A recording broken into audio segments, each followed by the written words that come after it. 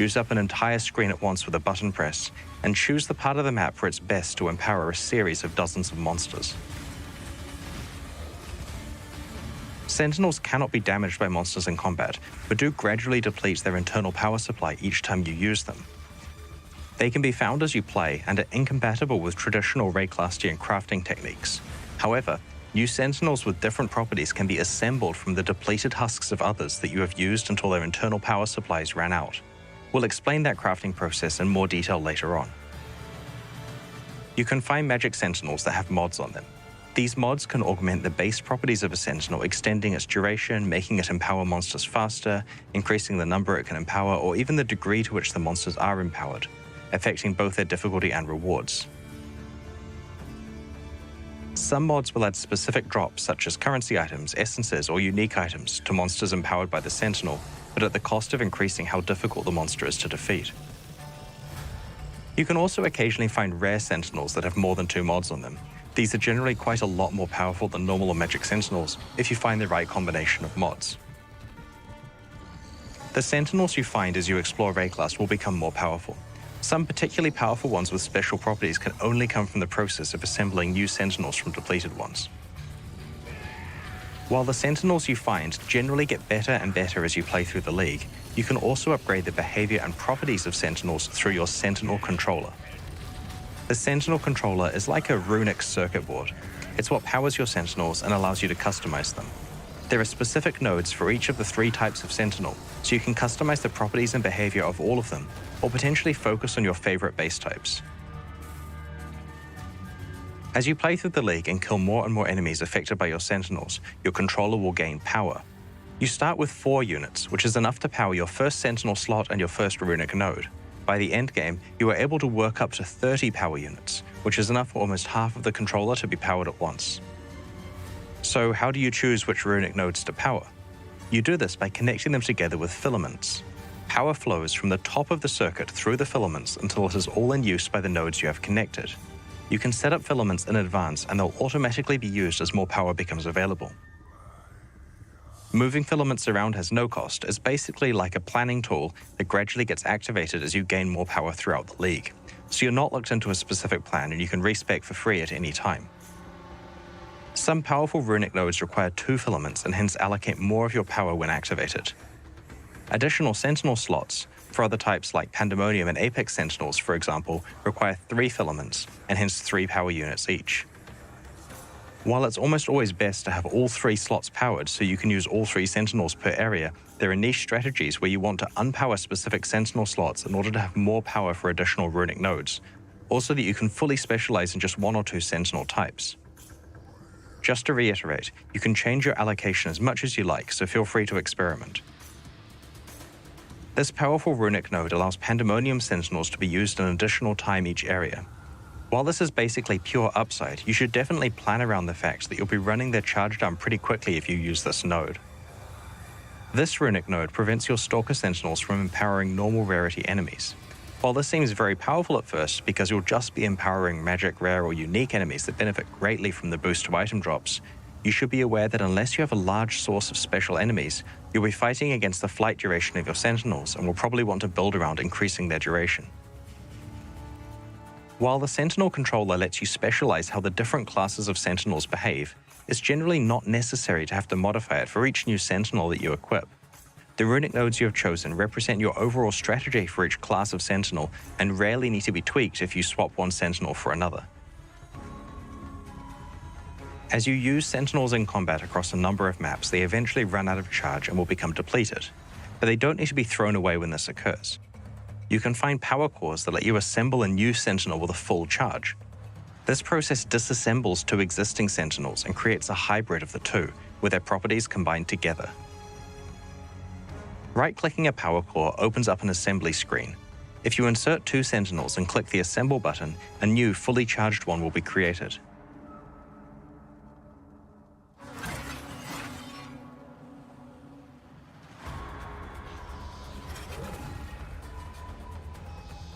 This process is a complex and unpredictable one that can either inherit properties from the input Sentinels or potentially produce new ones that weren't based on either of them.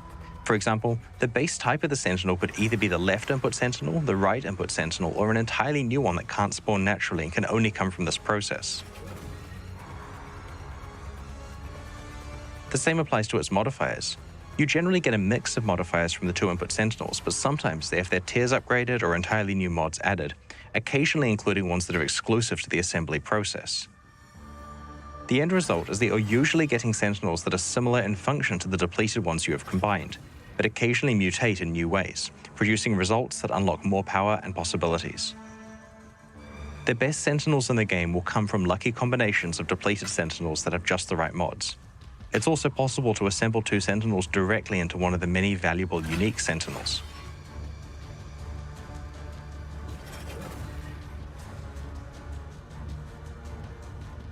Specialized power cores exist, which influence the assembly process to greatly increase the chances of various interesting outcomes occurring.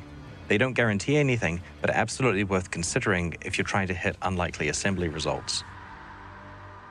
You may want to accumulate a small collection of depleted Sentinels so that you have options to assemble together. That's where the Sentinel Locker comes in. It's a free object that you can place in your hideout that allows you to store stacks of each of the Sentinel currency items, as well as a tab full of each of the 3 categories of Sentinel.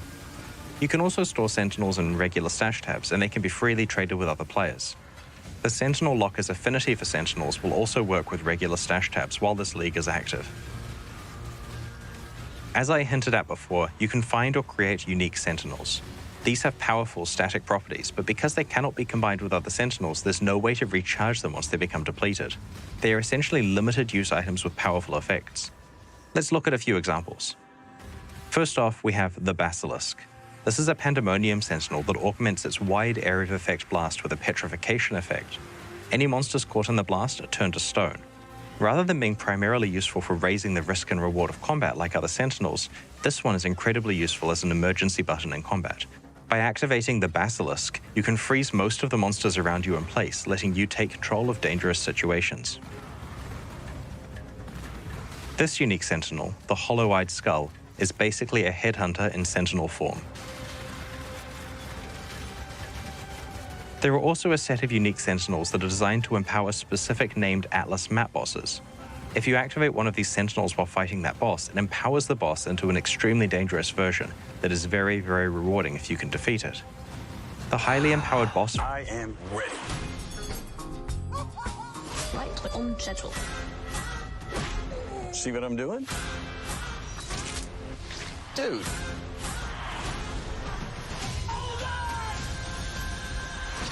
Really proud of yourself, aren't you?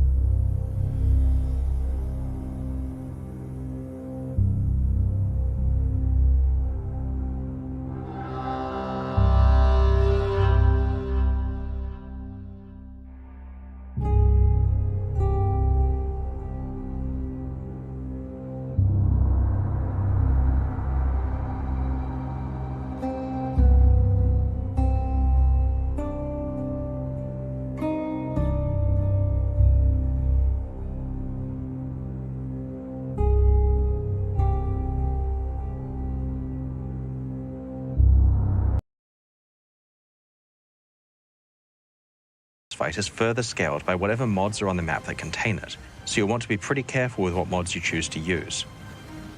On the other hand, its rewards are scaled by reward bonuses on that map, so if you're able to defeat one of these bosses in a juiced map, you will certainly be greatly rewarded. These highly empowered map bosses are the best source of recombinators, a new type of endgame currency item that can be found in the Sentinel League. Recombinators allow you to apply the Sentinel assembly process to two pieces of equipment of the same item class, combining them together in unpredictable ways. This process can also rarely imbue your items with exclusive modifiers that don't normally spawn on that type of item. While the recombination process involves significant risks, you could combine the best parts of two rare items together, maybe getting a lucky exclusive mod spawn, and end up with one of the best weapons, armor pieces, or jewelry in Path of Exile. Sentinels can be deployed while engaging in other League content, so you can juice the risk and reward to quite crazy levels. For example, you could enter a Mirror of Delirium, trigger a breach, and deploy your Sentinel at the same time, causing the monsters to have 3 significant modifiers to both their difficulty and rewards. There are only a few specific areas that Sentinels can't be deployed in, mostly for technical reasons, and those are unique maps, pinnacle Atlas bosses, and the Simulacrum. So that's Sentinel in a nutshell. It's a combat league that gives you heaps of control over the exact risk and reward you encounter, it stacks with other combat-enhancing league mechanics, juices your endgame bosses beyond any kind of reasonable difficulty, lets you play with temporary headhunters, and might even let a few players assemble some pretty insane rare items if they're lucky. We're very much looking forward to seeing your stories after you've had a chance to play with it next week. In addition to the Sentinel Challenge League, this expansion further improves on the new endgame introduced in Siege of the Atlas, its Atlas-wide passive tree and pinnacle boss fights. The new endgame was designed to give you ultimate control over what kind of content you want to play and how difficult and rewarding you want it to be. With the Sentinel expansion, we are doubling down on what makes this new endgame the best one that Path of Exile has ever had. This expansion introduces 20 powerful Keystone Passives to the Atlas tree. As you know from the regular passive skill tree, Keystone Passives are usually dramatic and build-changing, with both upsides and potential downsides. Each Keystone can completely change the way you play Path of Exile's endgame, and we have designed Keystone Passives for many different playstyles and situations. The second big change is that we have introduced these clusters of passives that grant you even more control over what endgame content you encounter. As you know, you can encounter many different types of past League content randomly within maps. These new passives allow you to prevent content you don't enjoy from appearing randomly, while simultaneously causing other content to spawn at a higher rate. Aside from the obvious convenience of only encountering the past League mechanics that you choose, this system is great for target farming specific content that you have juiced on your Atlas tree. Thirdly, we have created incredibly difficult and rewarding Uber versions of 7 pinnacle boss fights which can be accessed via 6 new Keystone Passives. These fights are designed to challenge the absolute best Path of Exile players, and suffice to say, they are brutally difficult. Let's take a look at some of the new Keystones and boss fights. The Singular Focus Keystone makes it significantly more likely that your favored maps will drop. If a map drops that is not one of your favored maps, it will be converted into a random currency item. This means that you'll exclusively see your favored maps, and outside of that, more currency. This is the realization of the "I only want to play one map" dream that some players have. It also helps players who are over-sustaining maps and would rather just get extra currency items. The Stream of Consciousness Keystone prevents you from modifying your maps with fragments or scarabs, but means that when extra content is being rolled for your maps, each of the base chances is 50% higher. This is really useful for players who don't want to have to think about juicing their maps and would instead prefer to get a constant moderate bonus instead. The following 2 Keystones are for very advanced players who have completed their Atlas trees and want to get a very specific outcome with all of their skill points. The Wandering Path Keystone increases the effect of small passives on your Atlas skill tree and disables all notable passives. The Grand Design Keystone increases the monster pack size in each of your maps by an amount proportional to the number of notable passives you have allocated. However, the trade-off is that small passives have no effect.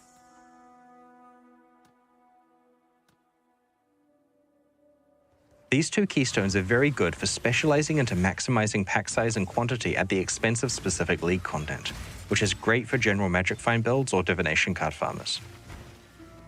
The Twist of Fate Keystone changes the behavior of corrupted rare maps in unpredictable ways. Upon entering a map, you may be sent to an alternative map of the same tier with randomized modifiers. All of the master missions, scarabs, and Kirit crafts applied to the map will also be randomized. This process will not pick an outcome that was already on the map, so it always shifts it to a new property that you didn't have before. This means that you can play all of the scarabs, master missions, and maps that you enjoy, and any leftover ones can be randomized to new outcomes which are guaranteed to not be the ones you started with. This may have some interesting economic consequences as well, with players feeding bad scarabs or maps into the Twist of Fate lottery. The Wellspring of Creation and Dance of Destruction keystones change the ratios of monster life and damage in maps on the Atlas so that they are more dangerous and less tanky, or vice versa. These two keystones are designed to be remedial, allowing players with an abundance of offense or defense to normalize themselves so that they can handle the content better.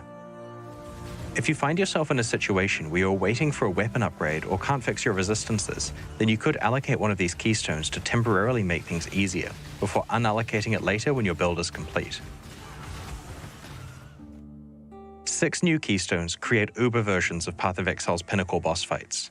Venarius, Cyrus, the Maven, the Searing Exarch, the Eater of Worlds, and the Shaper and Uber Elder, who I guess is now called the Uber Elder? Allocating one of these keystones on your Atlas passive tree ramps up the corresponding boss fights so that it is extremely difficult. Like, really hard. Harder than saying goodbye to Zana hard. Only allocate these keystones if your character is extremely powerful and you know you can handle the challenge.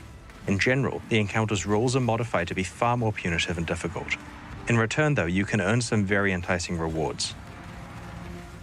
Each of the Uber fights has an additional high-chance reward and a chance of getting a very, very rare chase reward. For example, the Uber Maven guarantees an elevated sextant if you're able to complete the encounter. Very rarely, though, you may be able to earn an awakened exceptional support gem as well, such as Empower, Enlighten, or Enhance. These keystones unlock crazy battles that will challenge our most aspiring players who are deep in Path of Exile's endgame.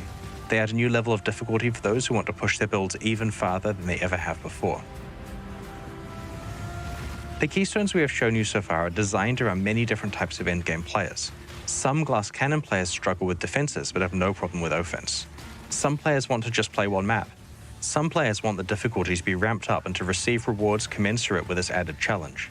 The keystones also let you identify a specific reward, type of content, or playstyle and know exactly how you can get the most out of it. There are a number of other new keystones that we'll reveal before release. Like the ones we have shown you today, these keystones require you to consider your endgame plan in an entirely new light. We're very interested to see what strategies you will use to try to conquer the new Uber Pinnacle bosses. Before we get into the new unique items, there are a few other endgame Atlas changes that we should cover. We are removing Vinctar's Square and Doryani's Machinarium from the Atlas of Worlds because they are not natural map drops. You can still get and play these maps, of course, but they aren't counted for your overall Atlas completion anymore. Their Atlas passive points have been moved to rewards for defeating the Infinite Hunger and the Black Star. We have rebalanced influence altars and maps. They now feel a lot different than they did in the form they were introduced in Siege of the Atlas. Their downsides now feel more impactful and they have more diversity of rewards, including new rewards. The intention is to fulfill the original design goal of having an ultimatum-like choice about whether you want to accept additional challenge for additional reward. We've added better Atlas tree support for them, including 2 keystones that can affect them. We've also rebalanced the drop weightings of the new Pinnacle Atlas bosses, changing the relative drop weightings of their unique rewards and making them more likely to drop Eldritch currency. Currently, in Siege of the Atlas, Elder and Shaper Scarabs are basically worthless because their influence is worse than the free influence you can get from the Eater of Worlds and the Searing Exarch.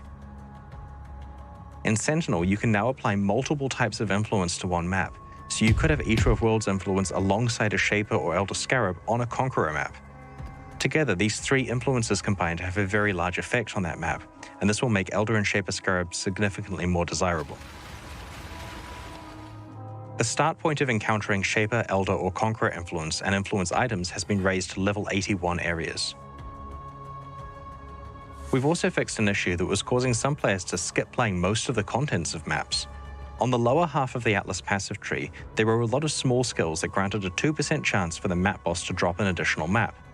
This meant that it was possible to sustain maps by rushing to those bosses and ignoring every other monster in the map. We have retained the overall bonus, but have changed it so the map drops from a random monster within the map rather than the boss.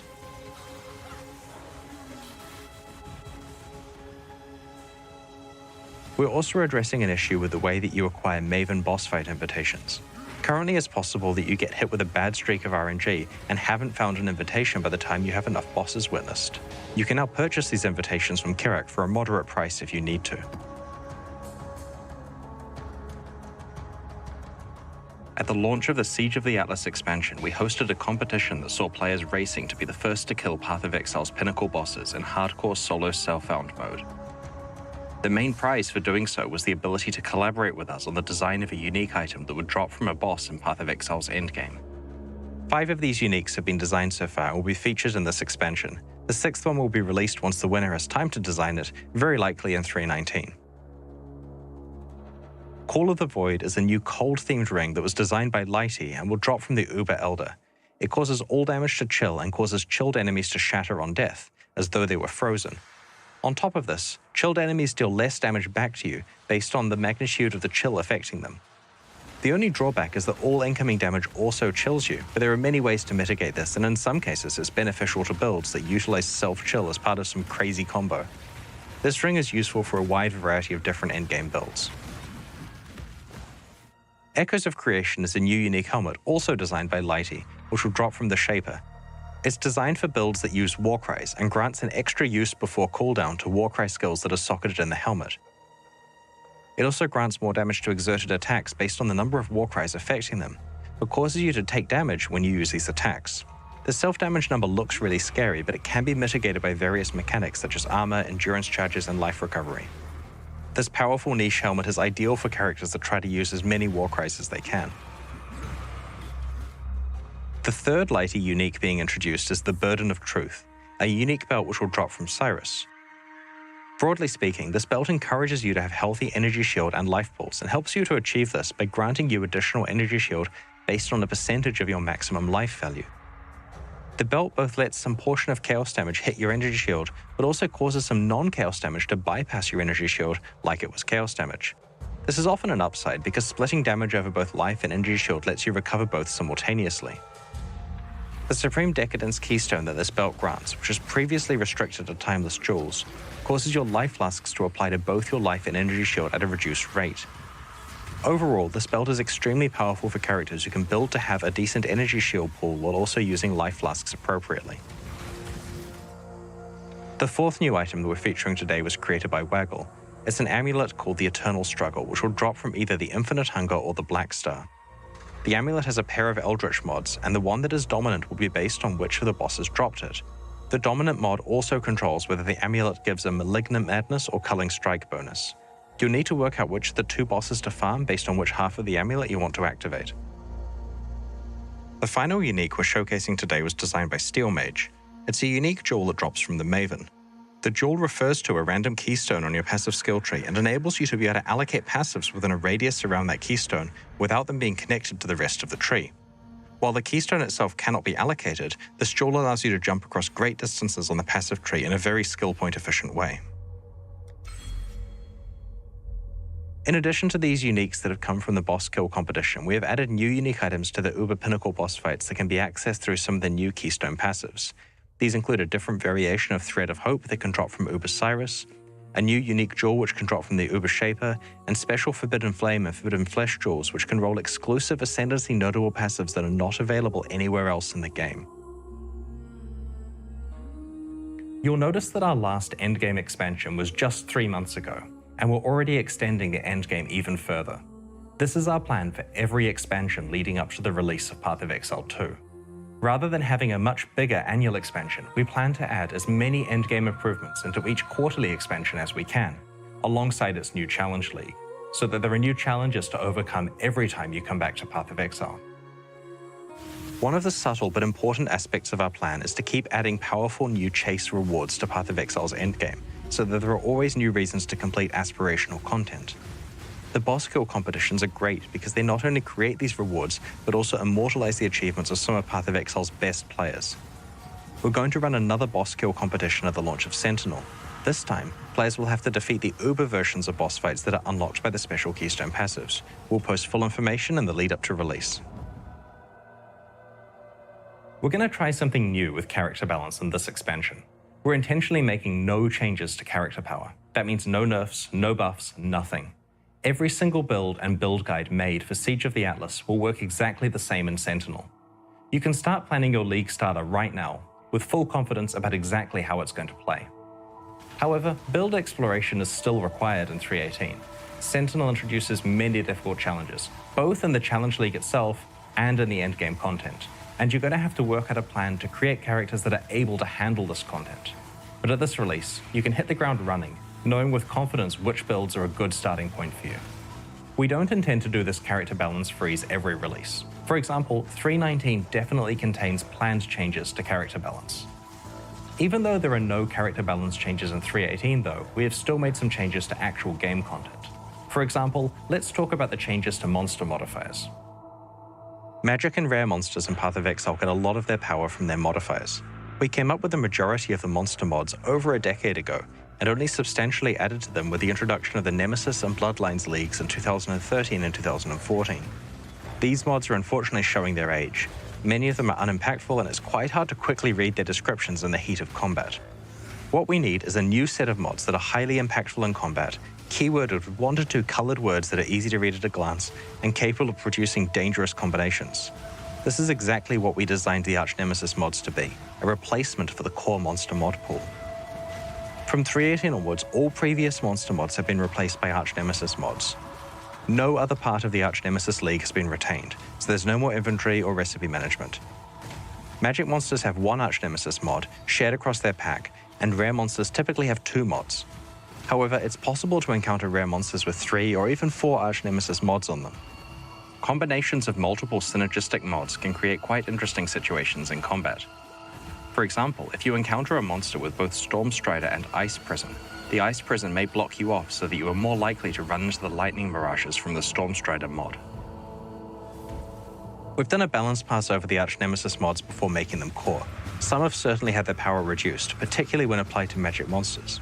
We have also changed how monster experience and drops are calculated, so it's now far more about the difficulty of the mods than about the proportional size of the monster.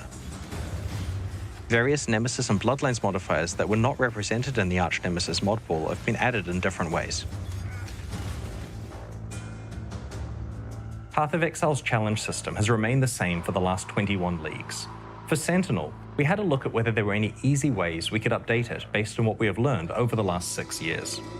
Our plan is to retain the model of 40 challenges with rewards that unlock as you progress through them, but with a goal of providing substantially more challenge to endgame players, and substantially more rewards to go with it, of course.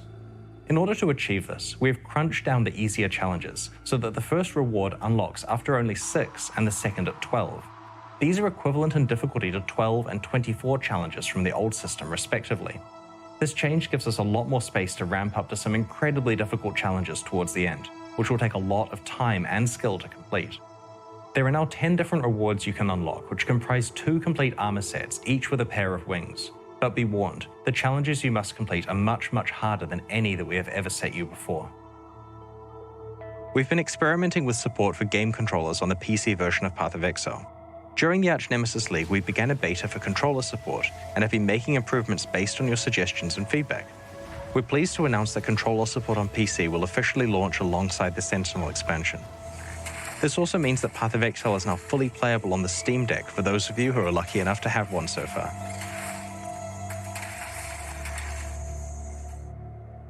Alongside finishing controller support for PC, we've also done a push on various small quality of life features in this expansion, which we'll reveal over the coming days.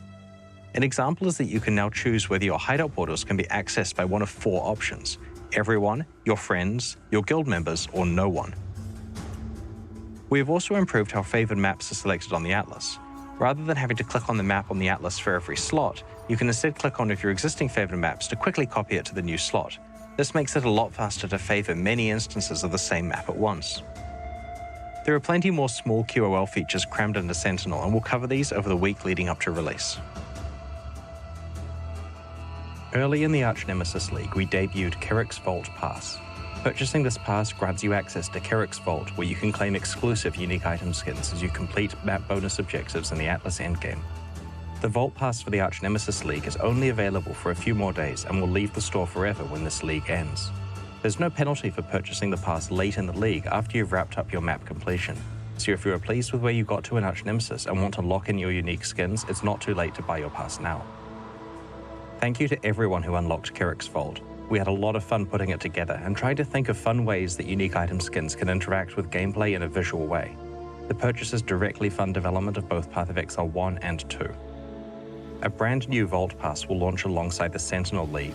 Like the previous one, there are 8 exclusive unique item skins that can be unlocked as you complete map bonus objectives. We'll post full details on these new rewards closer to launch. To buy either the Arch Nemesis Pass now, before it leaves the store forever, or the Sentinel one when the expansion launches, go to pathofexile.com/vault. Alongside today's livestream, we're launching 2 new series of supporter packs, the Arcanist and Reaper packs. Each tier contains the pack's full face value in points, plus several exclusive microtransactions. These packs are only available during the Sentinel League and will leave the store forever in 3 months. Every microtransaction you're about to see is entirely cosmetic and does not affect your character's progression or power. The Arcanist pack series contains 7 exclusive microtransactions. The Cloak of Elements indicates the power of your fire, cold, and lightning resistances on your back. When a resistance is capped, the effect is extra strong. While wearing the Ring of the Black Star, your level up effect looks like this.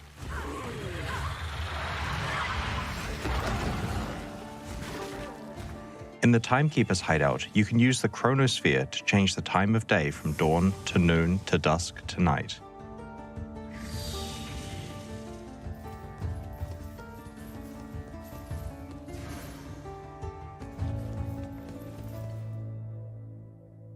With Chevron's tome on your belt, identifying items will cause exploding books to appear nearby. The Mage Bloom map device blossoms with greater intensity as you open higher tier maps.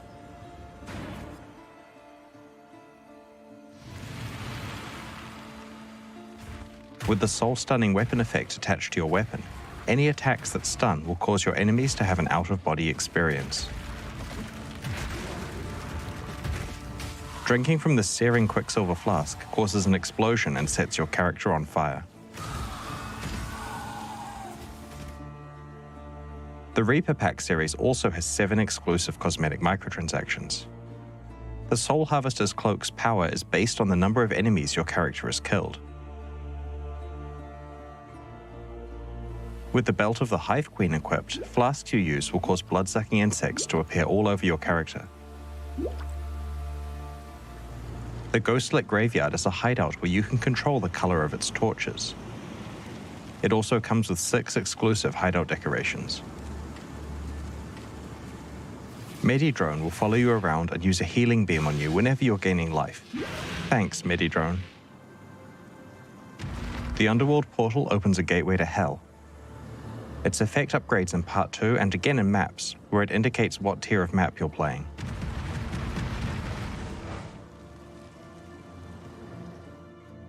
While wearing the Ring of the Exorcist, any spells you cast will exorcise the ghosts of your enemies if you crit.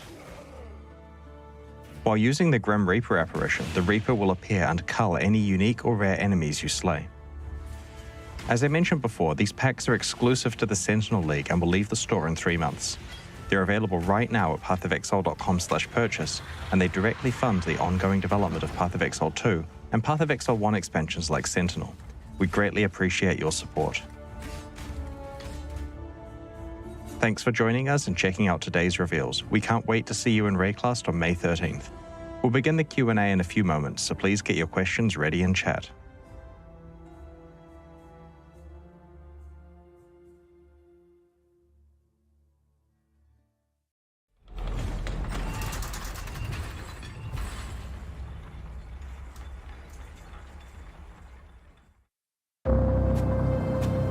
In the wake of your power, something has arisen. Dark Sentinels, hungry for a share. But these cruel constructs can be harnessed. Take them, bind them to your will.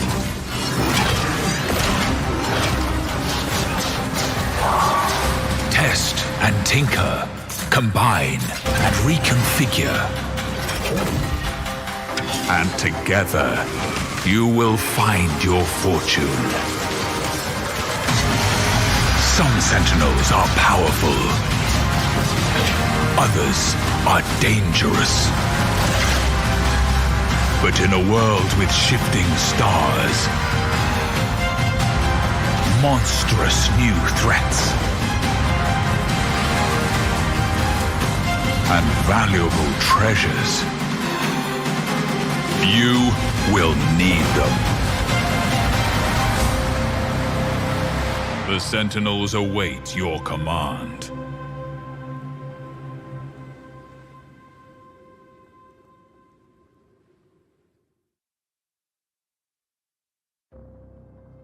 I'm sure you have a lot of questions, so let's get started with a full explanation of the upcoming Sentinel Challenge League. Sentinels are ancient constructs that have been unearthed across Rayclast. In this league, you will collect these Sentinels and attempt to harness their great power. But this symbiosis is not without risks. Once deployed, a Sentinel follows you, watching and waiting for you to enter combat. As you encounter enemies, the Sentinel will fire a beam that doesn't damage the enemy, but rather empowers them. This not only amplifies the difficulty of the foe, but also the rewards that it yields. There are 3 classes of Sentinels that you will find as you kill monsters in this league. Stalker Sentinels will follow you for around 30 seconds, empowering dozens of monsters before they dissipate. This is like a build your own breach or delirium effect, because you control what monsters you're fighting when you deploy the Sentinel, and through various means that we'll describe shortly, you're also in control of how much the monsters are empowered. In contrast to Stalker Sentinels, Pandemonium Sentinels are designed for mass area of effect, and typically only fire one shot. But this shot really counts, chaining between monsters to affect an entire screen full of foes at once.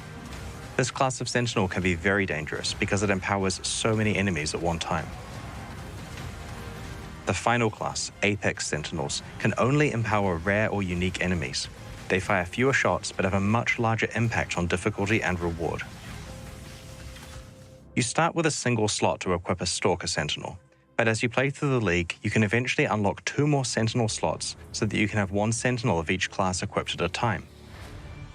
Each class of Sentinel can be deployed only once per area that you play. You'll quickly develop various strategies for when each class of Sentinel is best used. For example, saving your Pandemonium Sentinel for when you're surrounded by monsters, or using your Apex Sentinel on the map boss or league content that spawns several rare monsters. With a full loadout of Sentinels equipped, in every map you'll get to empower bosses of your choice, juice up an entire screen at once with a button press, and choose the part of the map for its best to empower a series of dozens of monsters.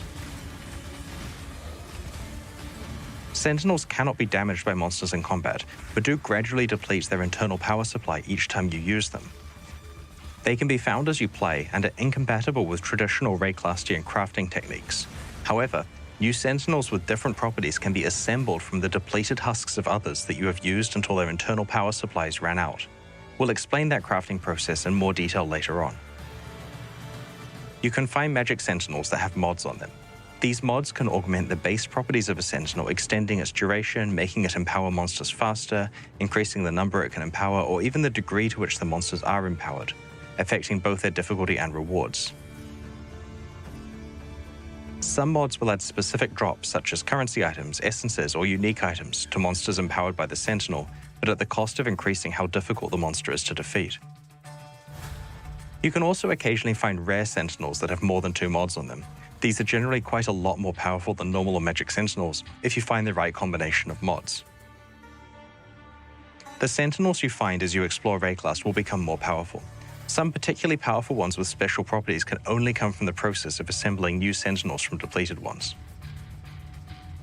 While the Sentinels you find generally get better and better as you play through the league, you can also upgrade the behavior and properties of Sentinels through your Sentinel Controller. The Sentinel Controller is like a runic circuit board. It's what powers your Sentinels and allows you to customize them. There are specific nodes for each of the 3 types of Sentinel, so you can customize the properties and behavior of all of them, or potentially focus on your favorite base types. As you play through the league and kill more and more enemies affected by your Sentinels, your controller will gain power. You start with 4 units, which is enough to power your first Sentinel slot and your first runic node. By the endgame, you are able to work up to 30 power units, which is enough for almost half of the controller to be powered at once. So how do you choose which runic nodes to power? You do this by connecting them together with filaments. Power flows from the top of the circuit through the filaments until it is all in use by the nodes you have connected. You can set up filaments in advance and they'll automatically be used as more power becomes available. Moving filaments around has no cost. It's basically like a planning tool that gradually gets activated as you gain more power throughout the league. So you're not locked into a specific plan and you can respec for free at any time. Some powerful runic nodes require 2 filaments and hence allocate more of your power when activated. Additional Sentinel slots for other types like Pandemonium and Apex Sentinels, for example, require 3 filaments and hence 3 power units each. While it's almost always best to have all 3 slots powered so you can use all 3 Sentinels per area, there are niche strategies where you want to unpower specific Sentinel slots in order to have more power for additional runic nodes, also that you can fully specialize in just 1 or 2 Sentinel types. Just to reiterate, you can change your allocation as much as you like, so feel free to experiment. This powerful runic node allows Pandemonium Sentinels to be used an additional time each area. While this is basically pure upside, you should definitely plan around the fact that you'll be running their charge down pretty quickly if you use this node. This runic node prevents your Stalker Sentinels from empowering normal rarity enemies. While this seems very powerful at first because you'll just be empowering magic, rare, or unique enemies that benefit greatly from the boost to item drops, you should be aware that unless you have a large source of special enemies, you'll be fighting against the flight duration of your Sentinels and will probably want to build around increasing their duration. While the Sentinel controller lets you specialize how the different classes of Sentinels behave, it's generally not necessary to have to modify it for each new Sentinel that you equip. The runic nodes you have chosen represent your overall strategy for each class of Sentinel and rarely need to be tweaked if you swap one Sentinel for another. As you use Sentinels in combat across a number of maps, they eventually run out of charge and will become depleted, but they don't need to be thrown away when this occurs. You can find power cores that let you assemble a new Sentinel with a full charge. This process disassembles 2 existing Sentinels and creates a hybrid of the 2, with their properties combined together. Right-clicking a power core opens up an assembly screen. If you insert 2 Sentinels and click the Assemble button, a new, fully charged one will be created.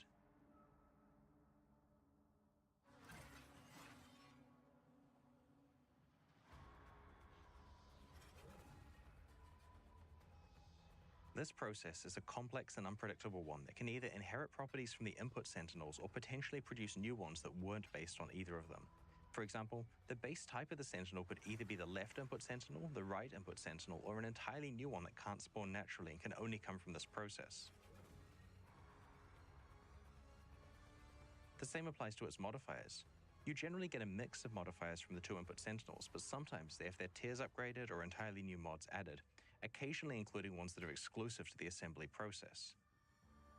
The end result is that you're usually getting Sentinels that are similar in function to the depleted ones you have combined, but occasionally mutate in new ways, producing results that unlock more power and possibilities. The best Sentinels in the game will come from lucky combinations of depleted Sentinels that have just the right mods. It's also possible to assemble 2 Sentinels directly into one of the many valuable unique Sentinels.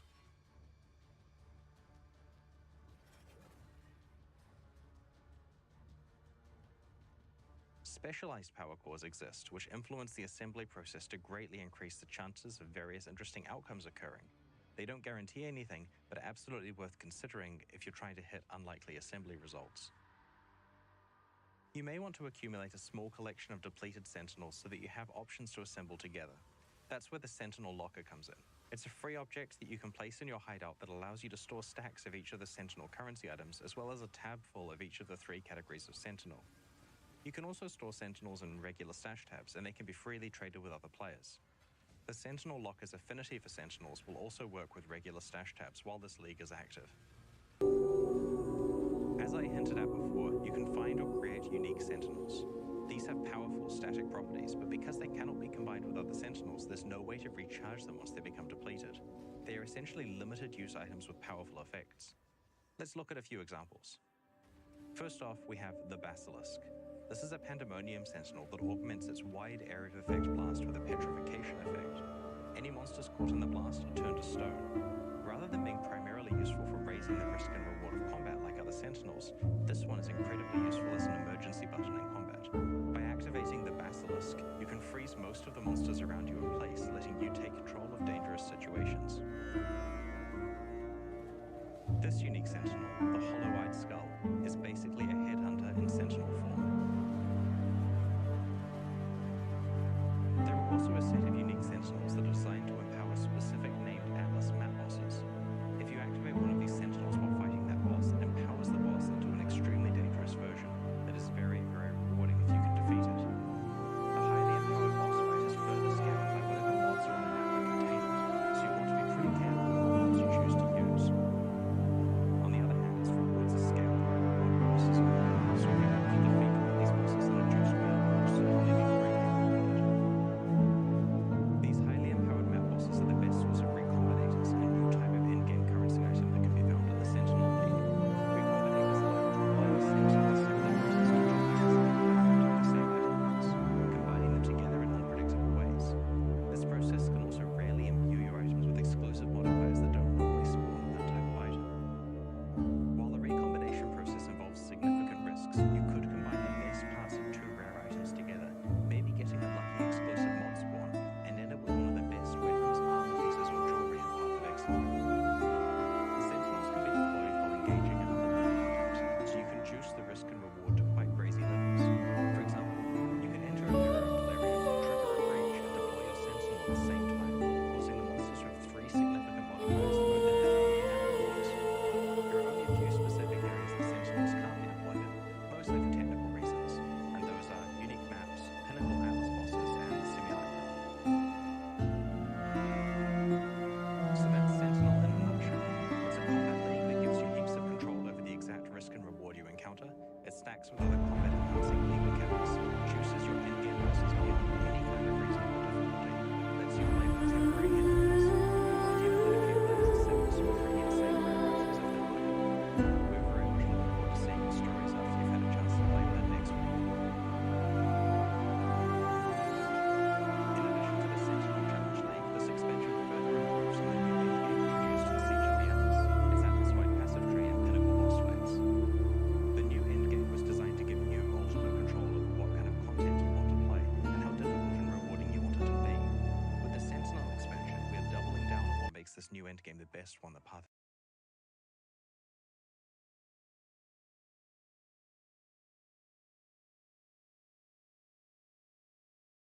to spawn at a higher rate. Aside from the obvious convenience of only encountering the past league mechanics that you choose, the system is great for target farming specific content that you have juiced on your Atlas tree.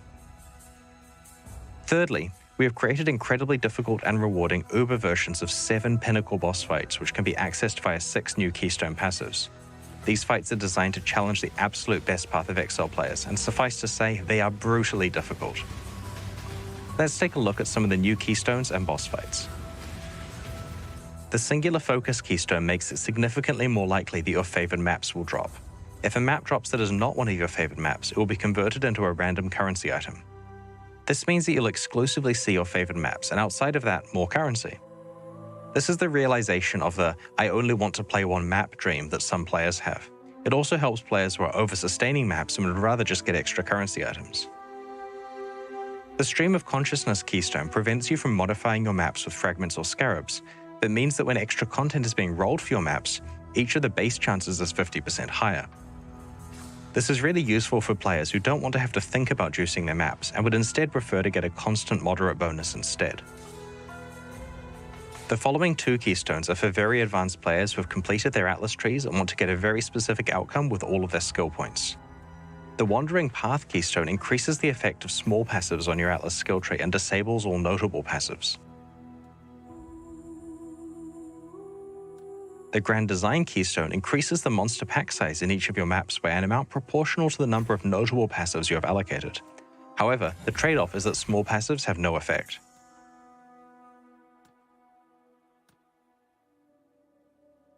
These 2 Keystones are very good for specializing into maximizing pack size and quantity at the expense of specific league content, which is great for general Magic Find builds or Divination card farmers. The Twist of Fate Keystone changes the behavior of corrupted rare maps in unpredictable ways. Upon entering a map, you may be sent to an alternative map of the same tier with randomized modifiers. All of the master missions, scarabs, and Kirit crafts applied to the map will also be randomized. This process will not pick an outcome that was already on the map, so it always shifts it to a new property that you didn't have before. This means that you can play all of the scarabs, master missions, and maps that you enjoy, and any leftover ones can be randomized to new outcomes, which are guaranteed to not be the ones you started with. This may have some interesting economic consequences as well, with players feeding bad scarabs or maps into the Twist of Fate lottery. The Wellspring of Creation and Dance of Destruction keystones change the ratios of monster life and damage in maps on the Atlas so that they are more dangerous and less tanky, or vice versa. These two keystones are designed to be remedial, allowing players with an abundance of offense or defense to normalize themselves so that they can handle the content better. If you find yourself in a situation where you're waiting for a weapon upgrade or can't fix your resistances, then you could allocate one of these keystones to temporarily make things easier, before unallocating it later when your build is complete. 6 new keystones create Uber versions of Path of Exile's pinnacle boss fights. Venarius, Cyrus, the Maven, the Searing Exarch, the Eater of Worlds, and the Shaper and Uber Elder, who I guess is now called the Uber Elder? Allocating one of these keystones on your Atlas passive tree ramps up the corresponding boss fights so that it is extremely difficult. Like, really hard. Harder than saying goodbye to Zana hard. Only allocate these keystones if your character is extremely powerful and you know you can handle the challenge. In general, the encounter's rules are modified to be far more punitive and difficult. In return though, you can earn some very enticing rewards. Each of the Uber fights has an additional high chance reward and a chance of getting a very, very rare chase reward. For example, the Uber Maven guarantees an elevated sextant if you're able to complete the encounter. Very rarely though, you may be able to earn an awakened exceptional support gem as well, such as Empower, Enlighten, or Enhance. These keystones unlock crazy battles that will challenge our most aspiring players who are deep in Path of Exile's endgame. They add a new level of difficulty for those who want to push their builds even farther than they ever have before. The keystones we have shown you so far are designed around many different types of endgame players. Some glass cannon players struggle with defenses but have no problem with offense. Some players want to just play one map. Some players want the difficulty to be ramped up and to receive rewards commensurate with this added challenge. The keystones also let you identify a specific reward, type of content, or playstyle and know exactly how you can get the most out of it. There are a number of other new keystones that we'll reveal before release. Like the ones we have shown you today, these keystones require you to consider your endgame plan in an entirely new light. We're very interested to see what strategies you will use to try to conquer the new Uber Pinnacle bosses. Before we get into the new unique items, there are a few other endgame Atlas changes that we should cover. We are removing Vinctar's Square and Doryani's Machinarium from the Atlas of Worlds because they are not natural map drops. You can still get and play these maps, of course, but they aren't counted for your overall Atlas completion anymore. Their Atlas passive points have been moved to rewards for defeating the Infinite Hunger and the Black Star. We have rebalanced influence altars and maps. They now feel a lot different than they did in the form they were introduced in Siege of the Atlas. Their downsides now feel more impactful and they have more diversity of rewards, including new rewards. The intention is to fulfill the original design goal of having an ultimatum-like choice about whether you want to accept additional challenge for additional reward. We've added better Atlas tree support for them, including 2 keystones that can affect them. We've also rebalanced the drop weightings of the new Pinnacle Atlas bosses, changing the relative drop weightings of their unique rewards and making them more likely to drop Eldritch currency. Currently, in Siege of the Atlas, Elder and Shaper Scarabs are basically worthless because their influence is worse than the free influence you can get from the Eater of Worlds and the Searing Exarch. In Sentinel, you can now apply multiple types of influence to one map, so you could have Eater of Worlds influence alongside a Shaper or Elder Scarab on a Conqueror map. Together, these 3 influences combined have a very large effect on that map, and this will make Elder and Shaper Scarab significantly more desirable. The start point of encountering Shaper, Elder, or Conqueror influence and influence items has been raised to level 81 areas. We've also fixed an issue that was causing some players to skip playing most of the contents of maps. On the lower half of the Atlas passive tree, there were a lot of small skills that granted a 2% chance for the map boss to drop an additional map. This meant that it was possible to sustain maps by rushing to those bosses and ignoring every other monster in the map. We have retained the overall bonus, but have changed it so the map drops from a random monster within the map rather than the boss.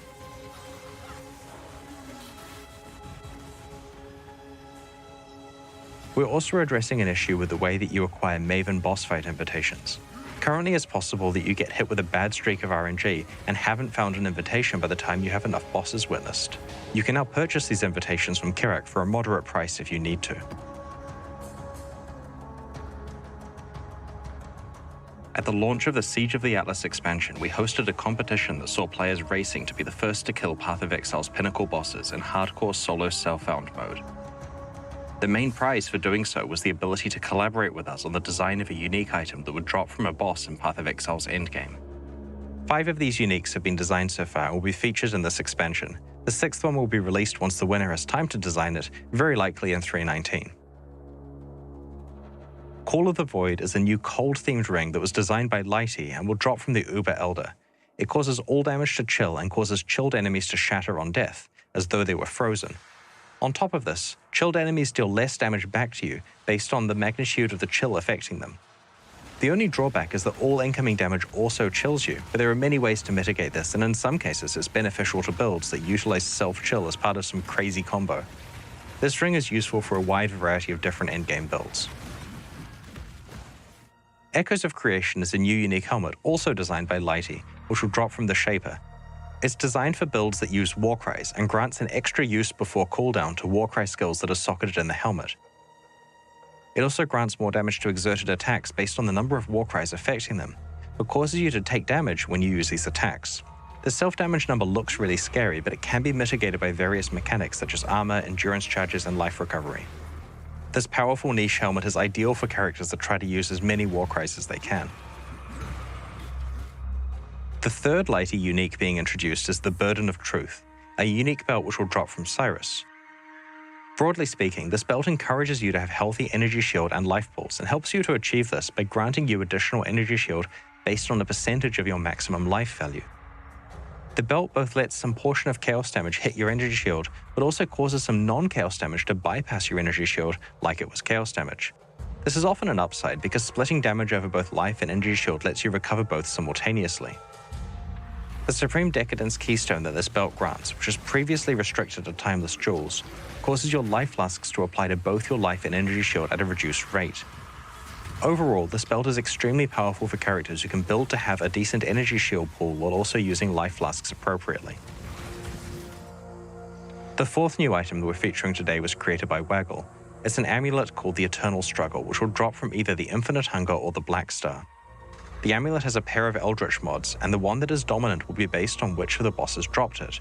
The dominant mod also controls whether the amulet gives a Malignant Madness or Culling Strike bonus. You'll need to work out which of the 2 bosses to farm based on which half of the amulet you want to activate. The final unique we're showcasing today was designed by Steel Mage. It's a unique jewel that drops from the Maven. The jewel refers to a random keystone on your passive skill tree and enables you to be able to allocate passives within a radius around that keystone without them being connected to the rest of the tree. While the keystone itself cannot be allocated, this jewel allows you to jump across great distances on the passive tree in a very skill point efficient way. In addition to these uniques that have come from the boss kill competition, we have added new unique items to the Uber Pinnacle boss fights that can be accessed through some of the new Keystone Passives.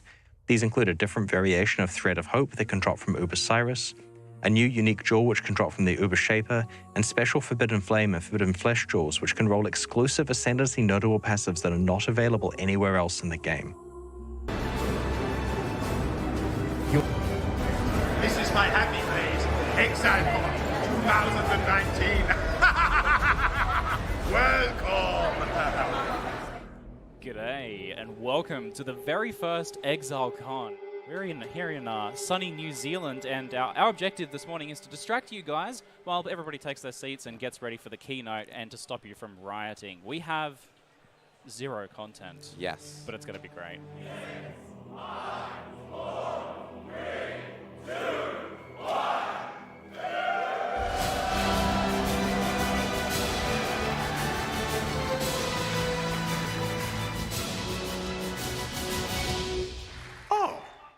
This is not the menagerie. Hi everyone, I'm Chris Wilson from Grinding Gear Games.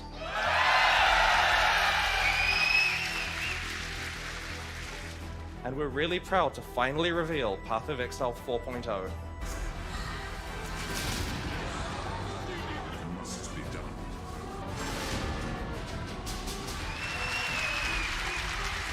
Well, that feels amazing. So right away, as Jonathan plays through the graveyard, you'll notice the massive improvements we've made to the Path of Exile engine since 3.0 was released. It even gives you a single keybind you can use to cast all of the auras with one click.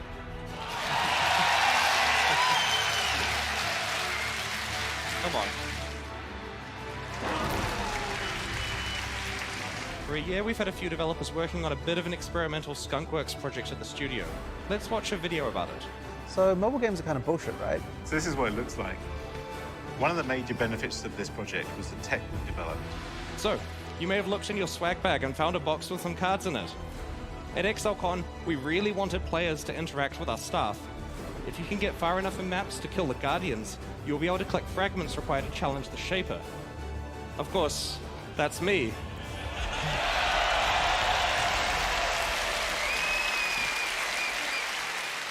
Wow. Yeah. That was wild. Path of I Exile play it? 2. When can I play it? I want to play like it. in an hour, dude. Chill. But that's like 60 minutes away. True. Too long. Well, you did a good job. I think we were all impressed you didn't die. We were kind of hoping that you would. Right. But at least maybe I can be the fall guy and show people truly how difficult the Right, content right, is right. as it mercilessly defeats me. Right. At low levels, I think it's a lot more acceptable because you're whoa, there you go. Haha, awesome. Hey. We got you, we got you. Here it comes. Any sec now. What the hell? You have to play through in the campaign you selected. Even if it kills you constantly. Not constantly, just 3 times. Okay, I was really hoping not to die. Any other insights you'd like to share? No, yep, that was the behind. Yeah. Oh, that was so close, so close. My mind is blown. It's way more than I expected. I feel like I'm nowhere near grasping it, and a mobile game. Game is an authentic and true experience of me not turning my auras on. I'm going to do it in the combat here. Oh, well, yep, no, this is fine. This is fine. That's fine. Have you thought about toilet playability? I mean, we're like... It's mobile. With more than 2 stats, like you have attack, you have defense for some games. We have a lot more going on there, and I respect that. So... Was that even dunking? That was an extremely light dunk. People would doubt my hardcore ability all the time, but trust me, it's there. Exactly. Well, and I don't like what's happening now. Get out of here! I remember the first time that we got a skeleton on screen where you walked over and clicked on him and you hit him and he fell over. It was like, oh, okay, this is going to be something. Yeah. We're here for the grand final Exilecon race. This has been a long series of events leading up to this. We've had 4 separate qualifiers, plenty of epic moments. Well, it's great to have all of you here. I am in awe of your abilities. Thank you so much for being good at my game. I appreciate it. Would you please take your seats at the pods? And we've got the first players killing Hillock. Obviously, picking up all these items is very valuable. Havoc, again, is the first person to get into the Warden's quarters. We have a breaking announcement. So we're going to restart the race, and I'm sorry, we screwed up. We are up once again, ladies and gentlemen. Welcome back. Waggle! Waggle, that is... You might also recognize the Havoc's already in the second zone. When did that happen? Where RNG does come into play, I'll let it be. Oh! What? Wait, what? Is that a tabula rasa for Titan Killer? And having exactly that experience here, only just managing to slip between the 2 ice shots that would have ended his life. These gaps are getting huge. Something, nope. Just... Oh, he doesn't even look at him. He didn't even look him in the eyes. Tide 23 takes it. Congratulations to Tide 23 for a just monstrous display. proving beyond all shadows of a doubt that he is a phenomenal racer. Don't drop it. If you're here in person, we have the after party in a few hours. It's running from 8 o'clock till 11 p.m. I will still be the Shaper. Come and kill me. Get some stuff signed. I'll be there for 3 hours. It'll be amazing. It's going to be a great party. Look forward to seeing you in a few hours. And thank you, everyone, for a really good Exalcon. Thanks. Thank you so much. Thank you so much.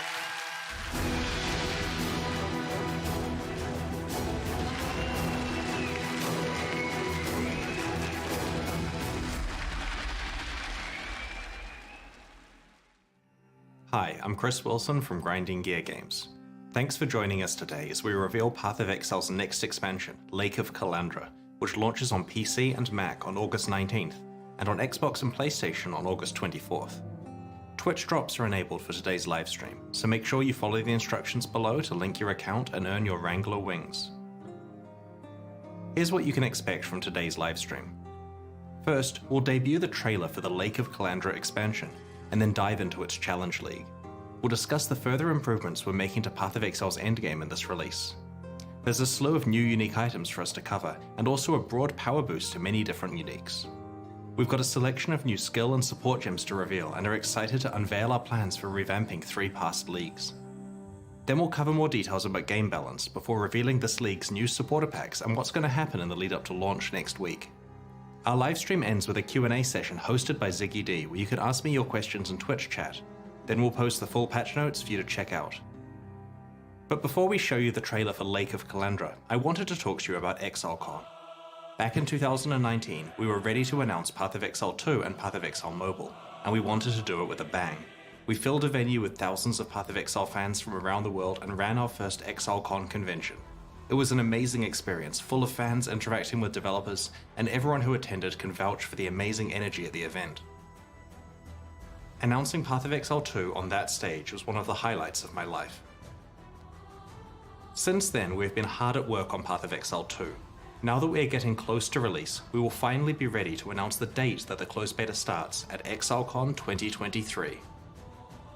We're holding Exalcon 2023 in Auckland, New Zealand, on the weekend of the 29th and 30th of July 2023. In addition to the beta start date, we'll also be announcing everything there is to know about new game systems, character classes, items, and so on. Attendees will be able to play Path of Exile 2 and Path of Exile Mobile, see all the presentations live, meet our development team, hang out with their favorite streamers, and much more. The first wave of tickets will go on sale in 2 weeks.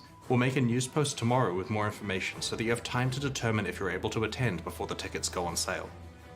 We are so excited to finally talk about what we've been working on, and to let some of you experience the next generation of action RPGs.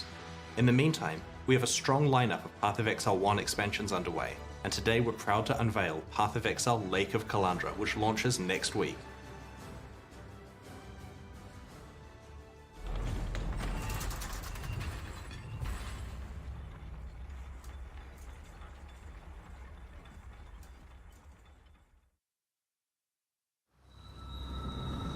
Exile, you have wandered far to arrive at the shores of my lake.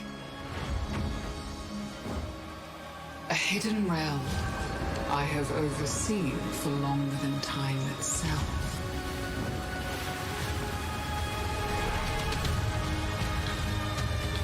These waters harbor deadly secrets.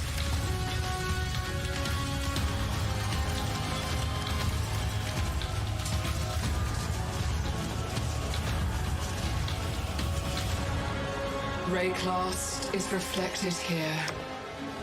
Reassemble it as you see fit. But the mirror distorts reality. Beware the image that strikes back.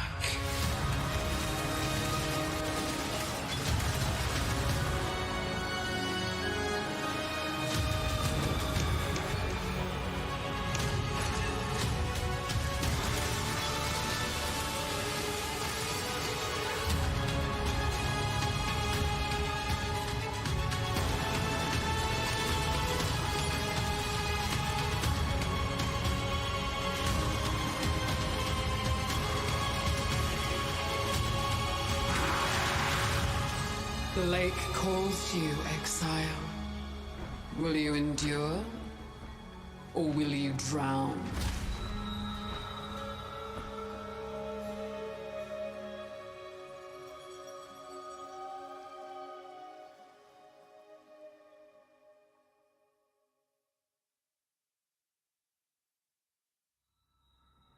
In the Kalandra Challenge League, you will travel to the mirrored lake that granted Kalandra her powers of reflection. We want you to experience the story for yourself, so I'll avoid spoiling the details here. When you get to explore the league next week, you'll find out more about Kalandra and her motivations. Your experience with Kalandra so far is probably of her coveted mirror, which duplicates items by reflecting them. The lake itself has the power to reflect entire encounters from elsewhere in Rayclust. As you explore the lake, these reflections emerge from its mirrored surface. Sometimes these reflections are encounters with hordes of monsters, and sometimes you'll encounter extremely powerful foes, reflected from elsewhere in Rayclust. Often, reflections involve League content, such as this encounter with a Harbinger boss. As you play through the League, you'll occasionally encounter a set of columns protruding from the ground, with a mirrored tablet on top. This tablet invites you to construct a custom set of encounters at the Lake of Kalandra, offering a series of different reflections to place in whatever layout you wish. Each of these reflections represents an encounter that you must defeat when you next travel to the lake. Once you have assigned a reflection to every location on your mirror tablet, which will take a few areas, you can open a portal to the Lake of Kalandra itself.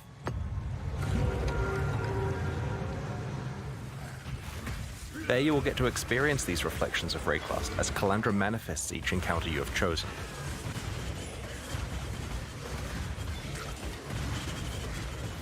But as you push farther out onto the lake-shrouded waters, you will find each encounter to be more difficult but more rewarding. This difficulty value counts up by 1 for each location away from the entrance the encounter is. Players wanting the best rewards will try to engineer tablets that have long, windy strings of encounters, reaching very high difficulty values by the end. To do this, there are occasional options that can be chosen which allow you to move and swap the entrance, reflections, and water tiles on the tablet.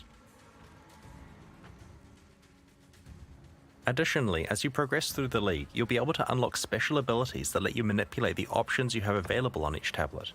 If you don't like any of the choices available to you, you can earn the ability to skip picking one entirely. The next ability is even stronger. It lets you re-roll the list of options so that you can immediately pick another one. Finally, you can earn the ability to exile a choice entirely. For the rest of this tablet, that choice will no longer appear. Once you reach maps, you'll be able to itemize your mirrored tablets so that they don't have to be played immediately. They can be stored for later or traded with other players. As you visit the Lake of Kalandra to attempt your mirrored tablets, there are many types of rewards you can find. An encounter that is based on a past league implicitly grants the rewards from that league, but with extra juice so that you're not missing out on bonuses you'd have obtained if your Atlas tree applied to the lake. Other encounters that aren't based on past leagues generally yield a reward chest that rises out of the lake when you complete the encounter. Certain reflections grant you access to a new variation on rare items, exclusive to the Kalandra Challenge League. When you complete the encounter, you'll get access to some reflecting mist, which presents you with a difficult choice. It generates a rare ring or amulet with an unusual set of mods. Some are very high, and some are very negative, which hurt your character. The item is then duplicated, with a reflected copy having inverse mods. Negative ones are now positive and vice versa. The amount that all of these mods are scaled up by is based on the difficulty of the encounter you just completed. You may only pick one of these items to keep. It'll often be a tough choice, with each item having its own strong pros and cons, but sometimes you'll be offered an item where the negative mods aren't downsides for your build, and the juiced up positive mods are very attractive. There are also some special new jewelry base types that you can rarely receive from this process. One rare and difficult encounter rewards you with an advanced version of this crafting process. It allows you to bring your own ring or amulet, distorting and reflecting it with the same process described before. The mods are scaled up in value and some are randomly negated. The reflected copy has the inverse set of negations. It will certainly be tempting to gamble with some of your best jewelry to try to double the values that really matter for your build and negate the ones you don't care about. If you're very lucky, you may find a special League-exclusive unique ring at the lake. Calandra's Touch mirrors the effect of your other ring. The Calandra Challenge League has something for everyone. It's an out-of-area combat league where you build your own sequences of encounters. It lets you fully dictate your desired level of risk and reward and fully customize what content you play. It features a powerful crafting system, valuable rewards, and offers a glimpse into the lore of one of Path of Exile's most iconic characters. We can't wait to play it with you next week. In every expansion leading up to Path of Exile 2's release, we'll be improving Path of Exile's endgame with new content to explore and new ways to customize your endgame experience. In the Lake of Calandra expansion, we're introducing Atlas Memories.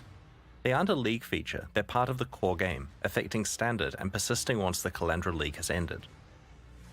In maps, you'll very rarely find a memory item, which represents a set of memories that an NPC has about their past. Something special happened to them while exploring maps, and you're able to experience those events for yourself. Let's have a look at a couple of examples. In this Atlas memory, Kirik tells you about the time that he stumbled across a staging ground for a Harbinger invasion of Rayclust. Each successive map you play in the sequence has more and more Harbinger portals and invaders that you must deal with. This is a memory of Nikos, where he entered a sequence of maps that were entirely consumed by permanent breaches, like a Breachlord's domain. He survived to talk about it, but will you? Right-click a memory and apply it to a completed map on your Atlas. It'll mark out a series of adjacent maps that the Atlas memory will span. When you next talk to the relevant NPC in your hideout, they'll tell you about their recollections and will allow you to start exploring the memory. Each map in the sequence is provided for free by the NPC, and you'll be able to roll it like usual before running it. Because these maps are memories of the NPC, they are not affected by your Atlas tree. However, the content is generally as difficult and rewarding as a fully specialized Atlas tree would cause it to be.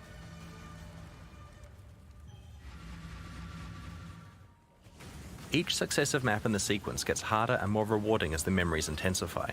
While memories are tradable, they're also very rare and valuable, so you'll probably want to complete them yourself if you can.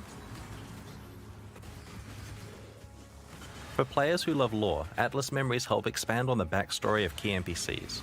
For players wanting to try out different League mechanics at quite high levels of juice that they haven't specialized their Atlas for, memories let them do this without a bunch of respecking.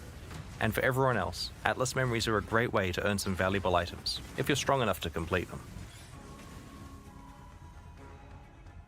The Lake of Calandra expansion also contains a new unique map that I'm quite excited about. The Trial Master is back. This boss from Ultimatum, and more importantly the unique items he drops, have been sorely missed and will be making a return as the Tower of Ordeal's unique map in Lake of Calandra. This map can be created by completing difficult endgame Val content. We have not forgotten about the rest of Ultimatum and have a specific plan for how it will return in the future. Whenever we're improving Path of Exile's endgame, we take every opportunity we can to add new variations of rewards that you can find. We don't want to say too much about how these are acquired, but in this expansion it's possible to very rarely find special foil versions of any pinnacle boss unique item. These have the same stats as regular ones, but are certain to be highly prized by collectors or wealthy players wanting to show off. The Lake of Calandra expansion contains 14 new unique items. In addition to the Calandra's Touch ring that is exclusive to the Calandra Challenge League, we have introduced a new endgame pinnacle boss reward, a supporter unique, the Tower of Ordeal's unique map, 6 new Grand Spectrum jewels, and even some leveling uniques. The first we're showing you today is Soul Ascension, a pair of gloves designed by Zizaran. They drop from the Uber Elder. Soul Eater is a very powerful buff, but it is usually hard to obtain in boss fights. This unique grants you the ability to gain stacks of Soul Eater when you hit a unique enemy, but also makes you lose those stacks if you aren't near one. Ghost Wraith is a leveling unique which allows you to play as an almost pure energy shield character during early parts of the campaign. We'll reveal the other new unique items in this expansion over the next week. Path of Exile has a lot of unique items in its core drop pool, over 700 in fact. We feel that there are two big problems with unique items at the moment. The first is that you find too many, and the second is that they are generally pretty useless when you do. Sure, there are some powerful endgame or build enabling uniques that feel amazing to find, but the majority of unique items found throughout the game are rarely actually useful to you. In the Lake of Kalandra expansion, we have made a lot of changes here. We have reduced the overall drop rate of uniques throughout the game and have rebalanced and overhauled over 100 existing unique items, with an emphasis on uniques in the core drop pool, including leveling uniques and some endgame uniques. You're going to find unique items less frequently now, but when you do, they're going to be a lot more punchy. Nexus Lantern has been completely changed from the ground up. Previously, it was trying to allow you to play a hybrid attacker and spellcaster, but it didn't really work very well. With the new design, it's a lot more elegant and delivers on this goal by simply granting high damage and the Battle Mage effect, so that your weapon damage is added to your spells. Thousand Ribbons is an example of an item where we merely needed to tweak values on the existing mods to make it a lot better. We want mod value rolls to matter more, and this item now showcases that well. If you find a high rolled one early on, you're probably not replacing it for a long time. Malachai's Simula was trying to deliver the Blood Mage fantasy by allowing you to spend life to cast your spells. This was meant to be special because the Blood Magic Keystone was far away from the Witch starting location on the skill tree. Unfortunately, this item wasn't really powerful enough to justify its use. It has now been overhauled, and alongside Blood Magic, it grants a powerful multiplicative damage boost.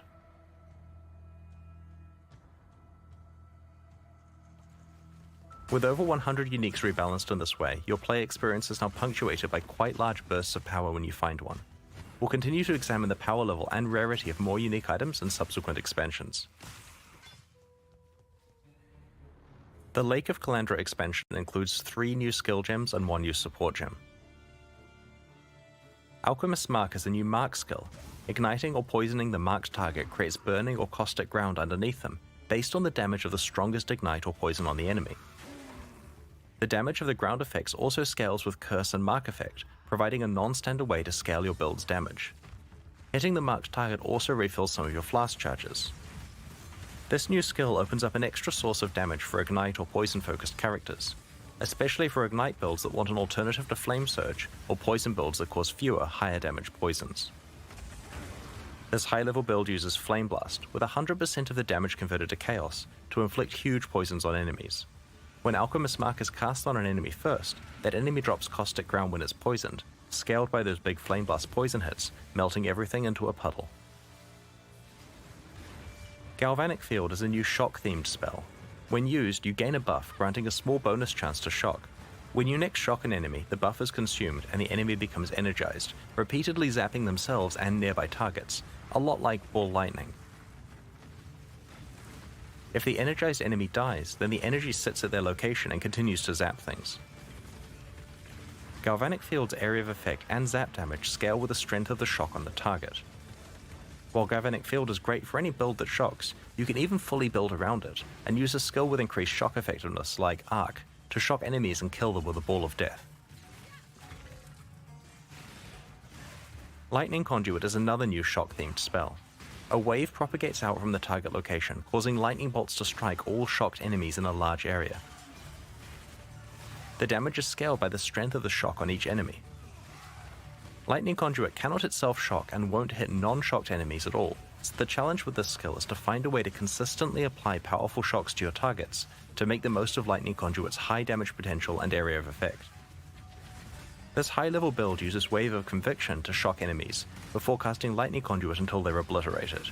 For longer fights, it can employ Galvanic Field to create a constant source of lightning damage.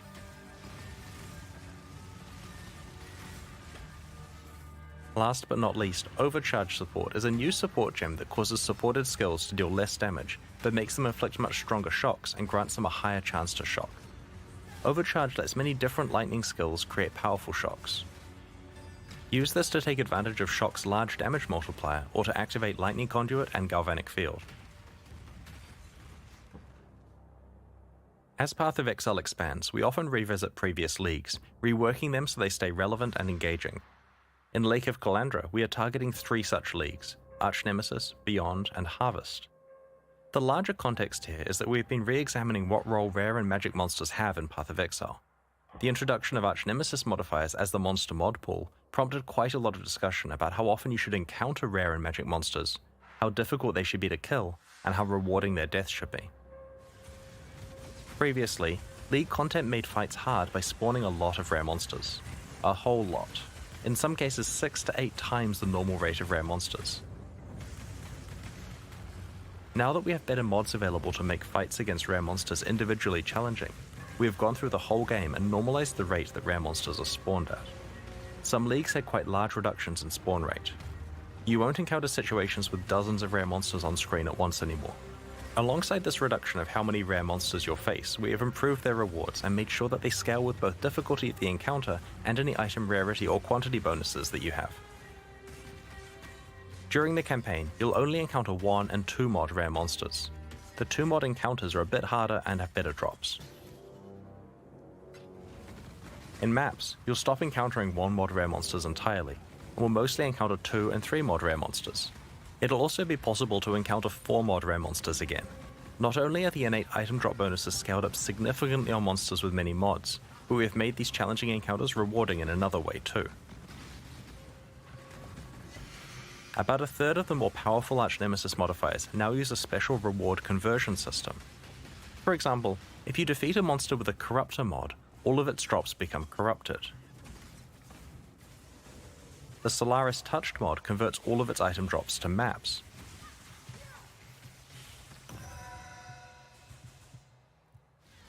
The Katava Touch mod will cause the rarity of its drops to be upgraded by 1 tier, so magic becomes rare, rare becomes unique, and so on.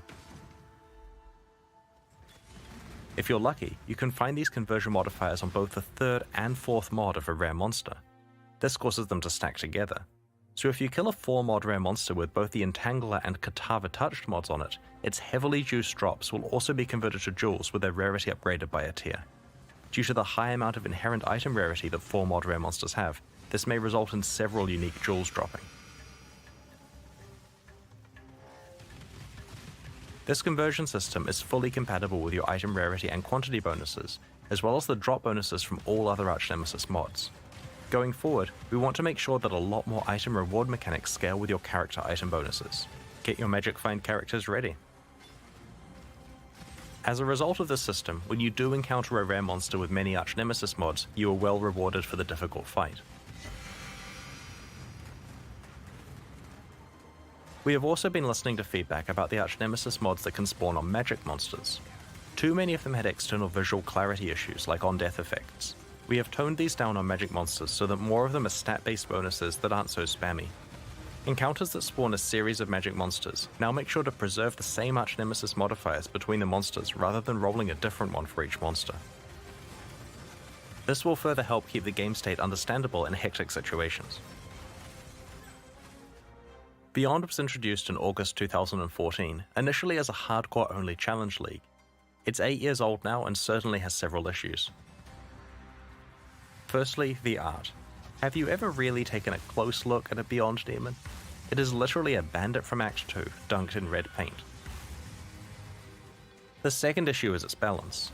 The number of magic and rare monsters spawned is so much higher than the rest of the game, and whatever problems that resulted in before are magnified now that rare monsters are meant to be more difficult. Beyond also spawns way too many unique bosses, which causes its own set of issues. In Lake of Kalandra, we have given Beyond much more than a fresh coat of paint. The Scourge have taken over the realm of the Beyond demons. The old bandit Beyond demons are gone. Summoning monsters from Beyond will now summon Scourge monsters and bosses. We have completely rebalanced the rate that Beyond monsters and bosses spawn at so that it's appropriate for modern Path of Exile. The new Beyond monsters can now occasionally drop the Scourge League's tainted currency items that allow you to modify corrupted items.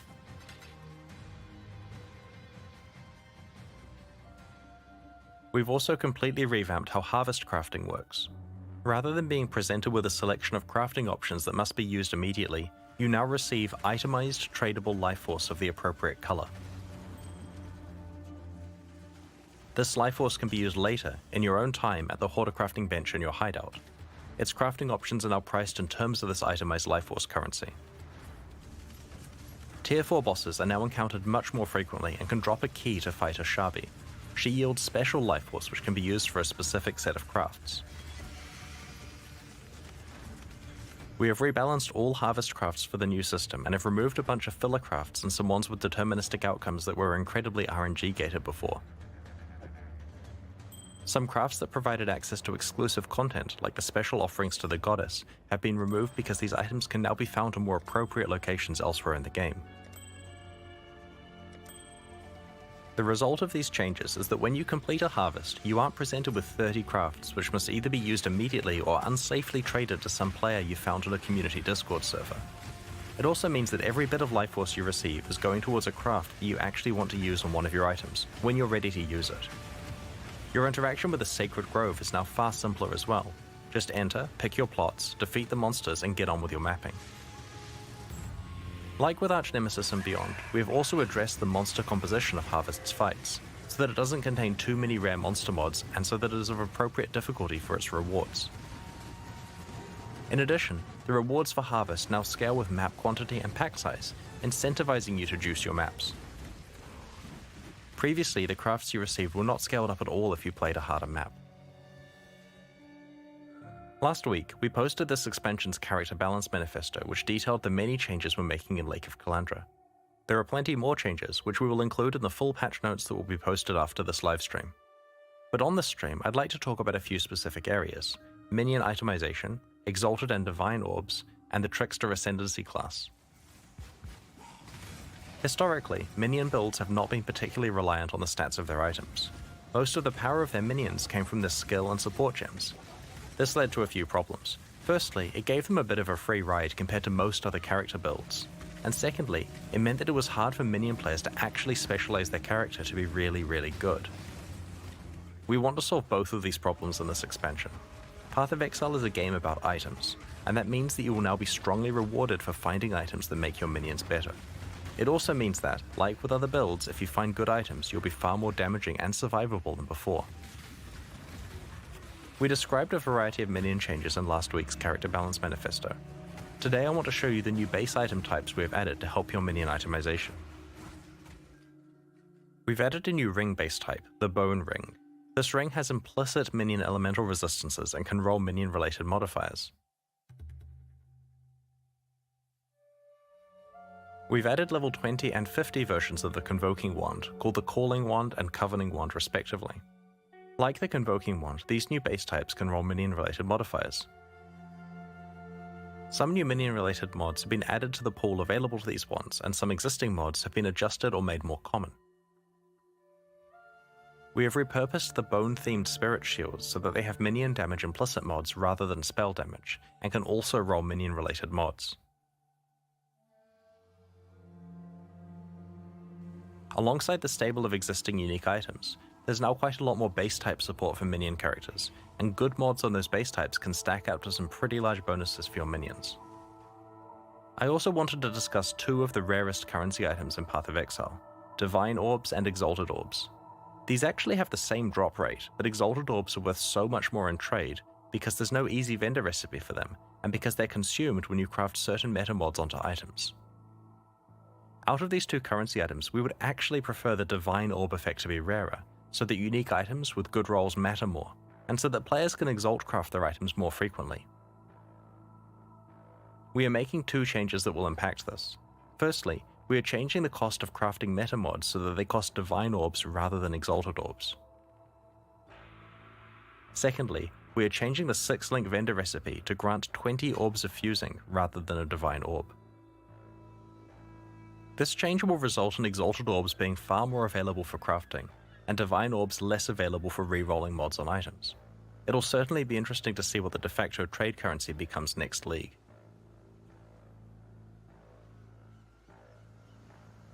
Next, I'd like to talk about the Trickster Ascendancy class. We haven't been happy with the state of this Ascendancy class recently. While it used to be quite powerful, we moved its defining feature, Ghost Dance, onto the main passive skill tree. Since then, it has had a confused identity and hasn't met the power level of the other Ascendancy classes. In this expansion, we have reworked the Trickster with a focus on establishing thematically appropriate defenses and ways to manipulate speed. One step ahead allows the Trickster to manipulate time in an interesting way. Enemies are slower than normal and cannot have their action speed raised above this value, such as through an acceleration shrine. Conversely, the Trickster is faster by default and cannot have action speed lowered below this value, effectively making them immune to effects that lower action speeds such as freeze, chill, or temporal chains. Spellbreaker ties together spell suppression and energy shield in a powerful way. Spellbreaker grants some spell suppression chance, which is an effect that reduces damage taken from spells. The skill also starts your energy shield recharge half the time you suppress spells. Since Trickster characters tend to have a high evasion rating, you will be evading some hits and recharging on others, meaning that your energy shield recharge stays active most of the time. Spellbreaker also further improves defenses by reducing the damage you take from suppressed spells while on full energy shield.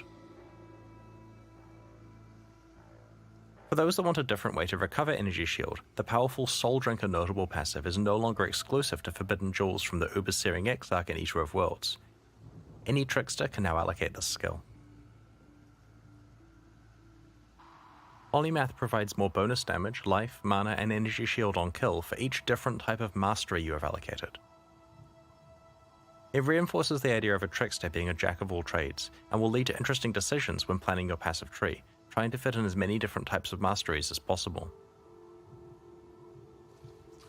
Overall, the new Trickster is intended to be the Shadow's answer to the champion, but faster. He should be an exciting option for players who want to get a lot of evasion, energy shield, and recovery out of their Ascendancy class while still being able to melt enemies. Alongside today's livestream, we're launching 2 new series of supporter packs, the Knight and Rogue packs. Each tier contains the pack's full face value and points, plus several exclusive microtransactions. These packs are only available during the Calandra League and will leave the store forever in 3 months. Every microtransaction you are about to see is entirely cosmetic and does not affect your character's progression or power. The Knight Pack series contains 6 exclusive microtransactions, including the full Knightmaster armor set. The Aetheric Mana Flask releases a burst of mana upon activation, then draws in energy from the environment as your mana refills. The Hoarder's Stash is a stash skin that can be used in your hideout. As you place items in the stash, they hover above it until you're finished, before being sucked into storage. This is the Knightmaster armor set. While wearing its helmet, your actions are periodically duplicated by an ethereal copy of yourself.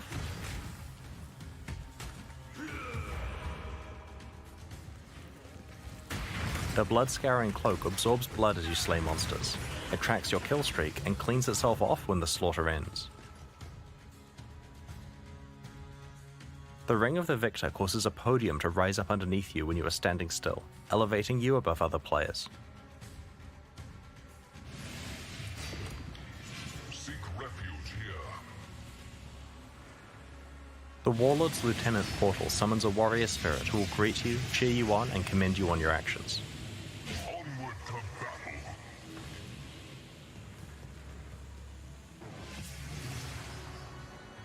The Rogue Pack series has 6 exclusive microtransactions, including the Rogue Stalker armor set.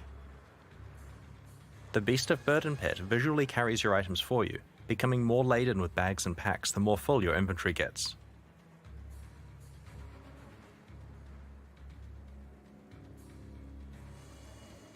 The Collector Serpent Shield covets the treasure you find.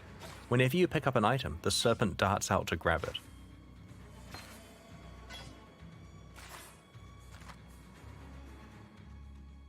This is the Rogue Stalker armor set.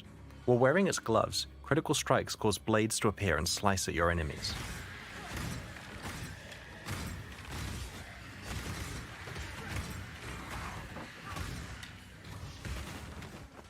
The Corpse Bloom footprints cause exotic plant growth in your wake. The plants especially love corpses and will seek them out and grow in larger patches around them.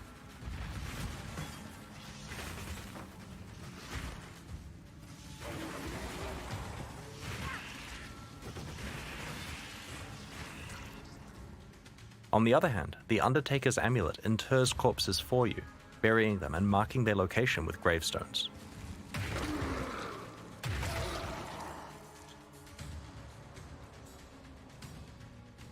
The Unstable Explosives back attachment is not for the faint of heart. As your life gets lower and lower, it gets closer and closer to exploding. And when you die, your party members will certainly feel it.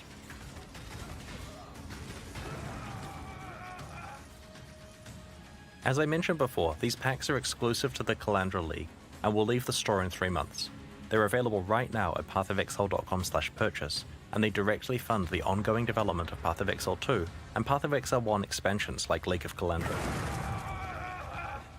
In addition, the supporter packs introduced with the Sentinel expansion are leaving the store forever in 1 week. Now's your last chance to purchase them, and we greatly appreciate your support. Speaking of things leaving the store, the Kyrix Vault Pass for Sentinel is only available for the next few days also, and will leave the store forever when the league ends. There's no penalty for purchasing the pass late in the league after you've wrapped up your map completion, so if you're pleased with where you got to in maps and Sentinel and want to lock in your unique skins, it's not too late to buy your pass. Next up, we've got the Q&A with Ziggy D. Once that ends, we'll post the full patch notes for Lake of Calandra. Over the next week, our community team will post teasers for new and revamped unique items, upcoming quality of life improvements, and an announcement for the League launch race event. On launch weekend, we'll be running another set of Twitch drops, and expect to release the new Mystery Box and Kyrix Vault Pass in the days after launch. Thanks for joining us and checking out today's reveals. We can't wait to see you in Rayclast on August 19th. We'll begin the Q&A in a few moments, so please get your questions ready in chat.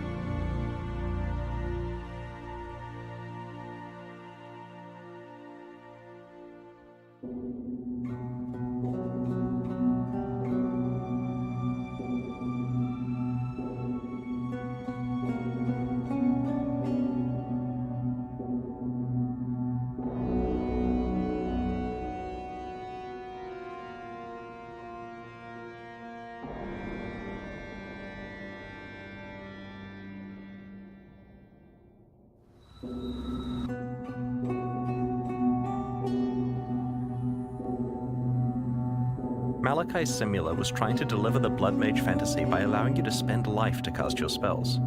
This was meant to be special because the Blood Magic Keystone was far away from the Witch starting location on the skill tree. Unfortunately, this item wasn't really powerful enough to justify its use. It has now been overhauled, and alongside Blood Magic, it grants a powerful multiplicative damage boost.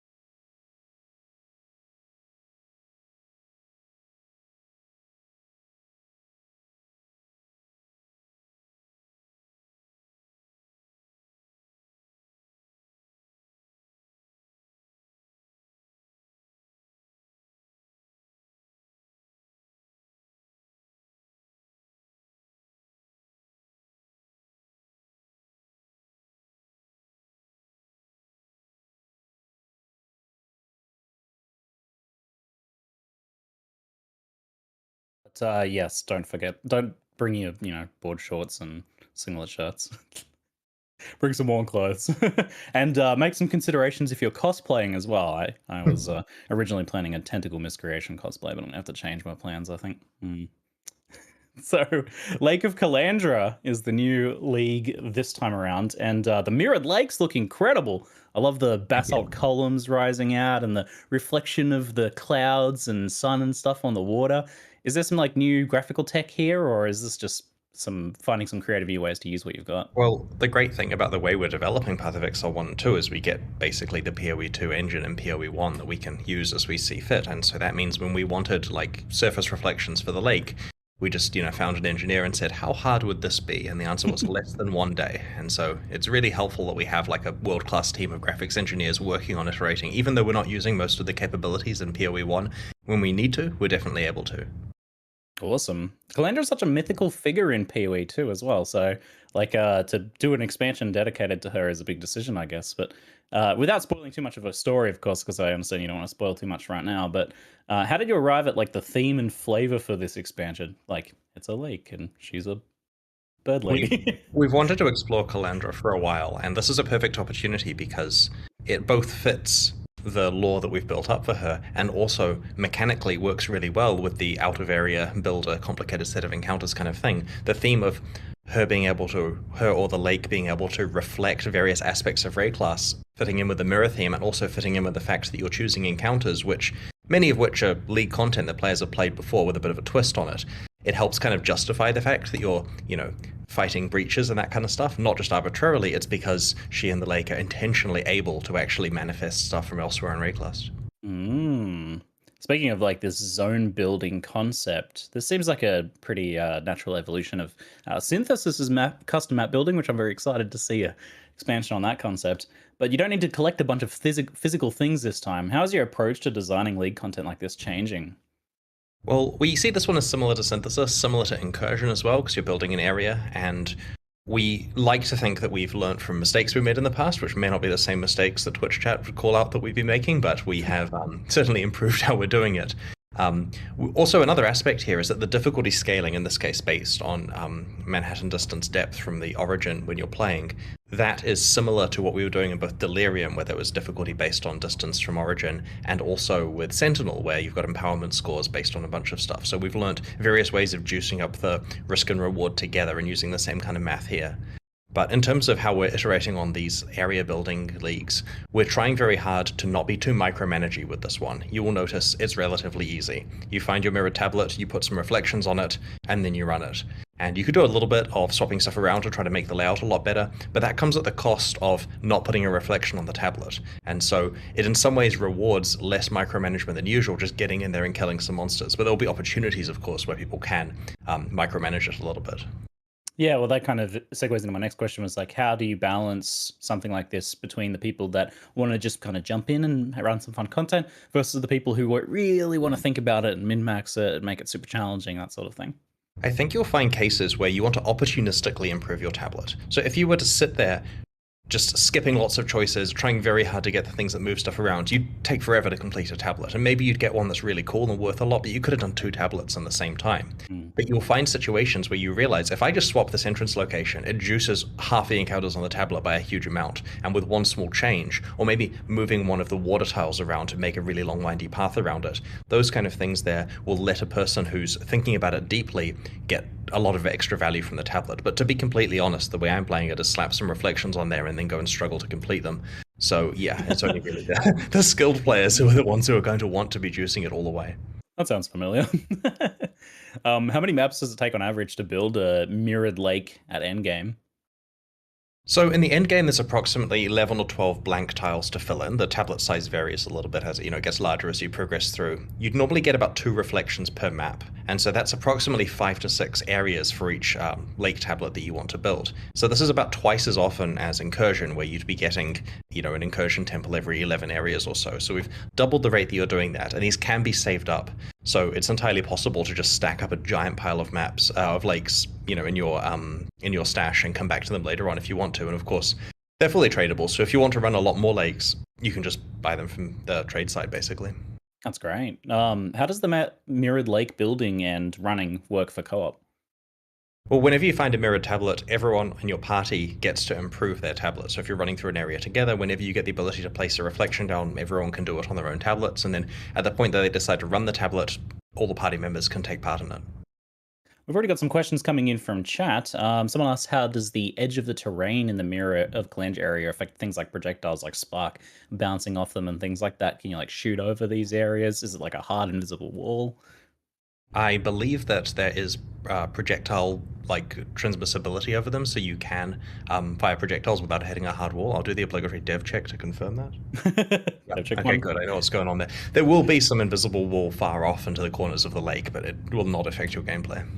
Great. Crowfire asks, does the mirror ring for Calandra mirror unique rings? Actually, I have my own question about this, so I might as well bring it up then now.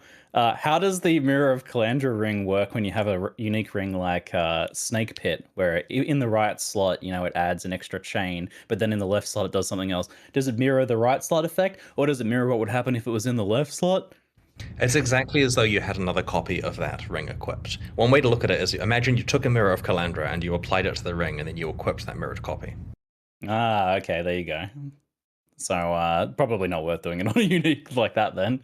But given that it can mirror theoretically the best ring in the game, I guess, so it does work on uniques, but you probably might be better off in some cases. And it's dynamic as well, of course. You can take it, mirror your ring, mirror a different one, trade it to someone else. You know, it's not locked in like an actual mirror is, but of course only works on rings. That's pretty awesome. Aldersberg asks, are there any Lake of Calandra mechanics timed? Oh, any of the Lake of Calandra mechanics timed? Not that I'm aware of. We tried very hard to not have this be a timed league. Great. Are you aware of any that are timed? Stuff like Delirium. Yeah, right. Things like Delirium or Breach, where if you pop a Breach open, obviously it's going to close with the normal timing that league has, but there's no specific benefits of going fast apart from everything, you know, is a lot better if you play fast from a rewards point of view. Like, the game is already set up so that fast players achieve more stuff in proportion to their speed.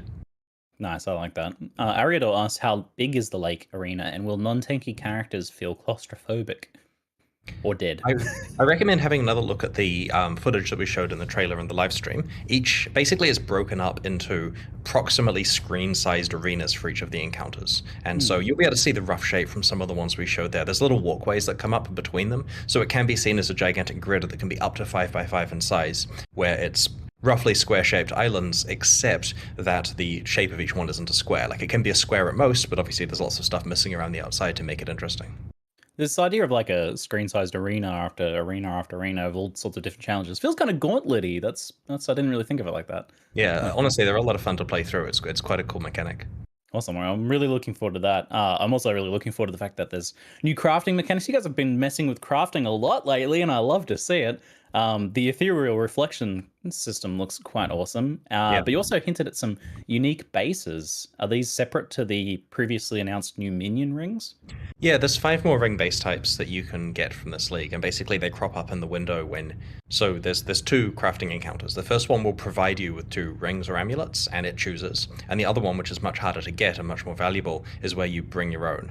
And in the one that provides you, occasionally, and of course this is the kind of thing that's proportional to difficulty, like you want to be encountering this in harder encounters, this, in proportion to difficulty, will occasionally generate one of these new base types that have some pretty interesting properties. And I think people should always look at the announcement page that we make, pathofexile.com/Calandra, because we like to hide away things like hovers for the base types and stuff there. Ooh. So there's lots of extra information and cool things people can see, more screenshots of the stuff, including one of those actual rings, so you can see what it does. Are you doing any more like secret hidden things on those pages? Like you did that one time, I think it was with Scourge or something? No comment. That was fun. I liked that. I did actually have to get the team to remove a secret hidden thing from the page that was too secret. Players can find that in game. Gosh. Too secret, okay. Are there any new rare modifiers, or is this mostly about scaling mods beyond their regular power levels? Like we saw 105 strength on a ring, for example. Other than the implicits on those new ring base types, of which there are 5 sets, there are no new rare modifiers that spawn on the items, and that's mostly because getting things like +2 skills and, you know, more than 100 life on rings and amulets is pretty bonkers. So yeah, like if the dream here is that you get one where the drawbacks, like let's say you're playing a Resolute Technique character and you don't care about crit, and you also get like some damage over time stuff, and those things are reduced you weren't using them in the first place. You were playing some other build, and everything else is juiced up to more than double what it initially was. So you can definitely get some really blindingly powerful rings and amulets. And the other thing is you actually get because you get a choice of 2, you kind of get 2 shots at it. Like if you're unlucky and the wrong things are picked, they may have also been positive on the other side. Yeah, that's gonna be some big gambles. I'm looking forward to seeing that. We know ahead of time if you'll be seeing the ethereal reflecting mist, which is the one that lets you bring your own version to craft, or will there just be a stash available there for when you need crafting mechanics like this? So that one's only available in mirror tablets that are assembled from maps, like in the end game. And because of that, the tablets are itemized, and it's always there for the encounter that has it. And so basically, you will be able to see on a tablet that you're about to run, or one that you're trading for, that it has that. And this means you can either know in advance that it's there, which probably means that tablet commands a higher premium in trade, unless you bring an item in. Or, because you've got your 6 map portals, if you completely forget and you run into this encounter, you can, at worst, go out using a portal and come back in with the item you need. Okay, great. The fact that you know ahead of time, I think, circumvents a lot of that. Or you can just you can YOLO mist one of your current items potentially. Just take a gamble on your current amulet and see what happens. Oh no, I don't advise that. Can you mirror an already mirrored unique like a ring or amulet? No, we had a look, and like with recombinators, we wanted to allow crazy, where you can do, well, you've seen what recombinators can do. But we had a look here because this is already doing quite crazy stuff with items, and we've had to disallow it working on mirrored items and influenced items and corrupted items and synthesized jewelry. A lot of cases that would have been totally nuts. Having said that, it can still do some broken stuff with just general rares from the game. Like the ability to double half the mods is completely unprecedented, and you don't really need influence mods in play when you're getting vast amounts of life and resists and other types of damage. And there was a new oil to anoint mirrored items, since we're getting so many this league and you're like, oh, I didn't oil it first. Is that like super rare, or is that pretty accessible?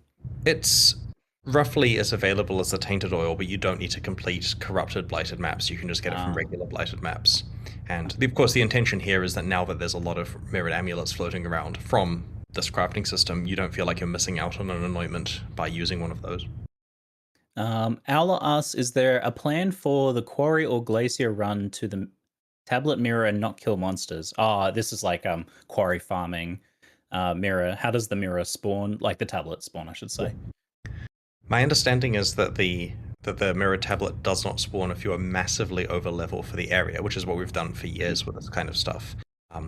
That may mean that you can essentially assemble pre-map tablets, right? I'm not sure of the exact, like how punitive we've come down on that, but they won't have the various reflections that can occur in map content. So by playing pre-map ones, you can't itemize them, you have to run them on the spot, because to stress, map and above tablets are itemizable. Campaign ones have to be played as you complete them. So it's not a good way of farming for trade value that way. Having said that, you may be able to still run quite a lot of tablets just for the regular rewards from them. Yeah, we've mostly seen low-level farming methods like that pay out when the mechanic rewards a lot of generic currency. Do you think that'd be the case here, or? I mean, the encounters are rewarding, of course, but the rewards are generally themed around the type of content it is, right? Like if you're playing a breach encounter, you're getting splinters and that kind of stuff as your reward from that, which of course is, fungible with generic currency. You can certainly trade that. But my advice would be just push onto maps and actually play properly, and you'll get plenty of tablets. Like, we're not in a map starvation kind of system at the moment. Like, you've got drifts of white maps to play if you really want an easy encounter. Speaking of mapping, let's talk about some endgame improvements, in particular the Atlas memory system. What sort of goals did you have with this new system? They seem like they would help with both pacing of the endgame mapping, but also creation of like a story thread to follow between chunks of maps. Not much else is happening potentially. The Atlas memory stuff is really cool, actually. Like, I'm low-key as excited for this as I am for the actual league itself. It's just that because they're quite endgame and, moderately rare, it's something that only, people that actually get into red maps and stuff will be interacting with, so it's not quite as broadly applicable as the league. But the important part is we promised that every expansion we're doing until Path of Exile 2, we're going to try to make some improvement to the endgame. And so this is an alternate way of playing through content you're familiar with, but with a twist. And we've designed these to be fun, rewarding, and kind of crazy. Like, we're low-key hoping that certain team members don't actually check these out before release, so we can release them in a really punchy way, because I get the feeling that the fun police may try to turn a few of them down. So An example was I was playing one yesterday where I was asked, can you please try this one and let me know if you think it's over the top? And I join that one, and the theme of it is that there are gangs of rogue exiles that you find like in roaming packs that are trying to hunt you down. And the map I played had 100 rogue exiles in it. Now, I can't promise it's going to release with that number, but it was certainly nuts. And so I kind of want to emphasize these aren't incredibly common in maps, right? Like, you do have to play a bunch of maps to find one. And because there are a bunch of different types of them individually, it's hard to actually get the one you want. And so because of that, we can just go a bit overboard with the rewards. Like, we can do crazy stuff, and it lets us also, like, here's a key thing with the end game stuff this year. You have to juice your Atlas to get full rewards from content. And that means that if you want to try out, what is it like to have some silly breach stuff going on? You have to go and specialize your Atlas in breach, and that requires a bunch of respecking. With Atlas memories, you can just go and find a breach memory, and that's essentially fully juiced for the most part. Like, obviously it varies from one to one, but our goal here is you are not missing out on anything by not specializing because your Atlas doesn't apply to it. And so you get some pretty nuts stuff going on. Some of them make you feel like a god power-wise. Like, there are ones who are entirely about some cool thing happens to you and you get to go and experience what that's like. You'll see some situations you don't normally see otherwise. There's some really cool stuff in here I kind of don't want to spoil, because I'm looking forward to the moments on Twitch streams where people find these that everyone's like, what is happening here? Right. Yeah, and of course it's a good opportunity to explain the backstory of NPCs, right? Like, an example is one of the people here who has Atlas memories. In fact, I can talk about who has them. In this set of Atlas memories, it's Kirik and Alva and Einhar and Nico are the four that we went with. And this means we can do more in the future with other NPCs. But everyone loves Einhar and his craziness, and his interaction with these things that he barely understands himself, but certainly wants to make friends with all the beasts in, is quite cool. And for someone like Kirik, for example, he's running the military side of the Atlas exploration. He's got a vast backstory of what happened leading up to his, ability to have this role at the moment. So this explores a few of the things he's done in his youth and interesting things he's encountered in all the mapping that he's done. I'm really excited that you're expanding out like the lore and story of the endgame stuff, because we mentioned synthesis earlier with Calandria, but that was another big part of synthesis, is it had a ton of lore for like characters and mapping and stuff like that has kind of disappeared. So it's cool that we're getting something back. Synthesis is actually quite important canonical Atlas lore to a large extent. Yeah. And, it's not off the cards to bring Synthesis back. Like, us doing Lake of Calandra doesn't mean we're not going to potentially do that. It's just that these leagues happen to be moderately similar, so it does scratch the itch a bit, but in a much more accessible way. Cool. All right. You mentioned that this mechanic also helps a bit with like the concept of Atlas passive tree lock-in. Have you also given any thought to the idea of like separate Atlas tree loadouts or separation between characters and their different trees? Yeah, this is one of those difficult challenges where there's a lot of reasons why we can't trivially just say, look, here are multiple Atlas trees and so on. In principle, this idea is not something we're in opposition to, right? Like, if people want trade to be a lot easier, we'll sit there on our little throne and tell them in detail about how wrong they are. But for this, we sympathize with the concept that people want to have multiple Atlas trees because they're running multiple characters in that league, or they want to have different loadouts and so on. But there are no changes at this stage related to it. It's something we'll keep discussing. The Atlas memories give all of their maps for free. You can like craft them in their little window and everything, which seems like a nice buff to map progression. Sustain's not really too hard these days, but still getting those initial unlocks is good. Do these count as like your Atlas completion when you do these maps? Yes. I should note, though, they only spawn in quite high-tier maps, and they are quite valuable. So you're probably going to have large completion by the time you get them. This is not a thing where you're completing your white maps with it. Like, I forget the exact tier they kick in at, but it might be like tier 14, for example, like a red map kind of thing. There's certainly very endgame, very juicy stuff.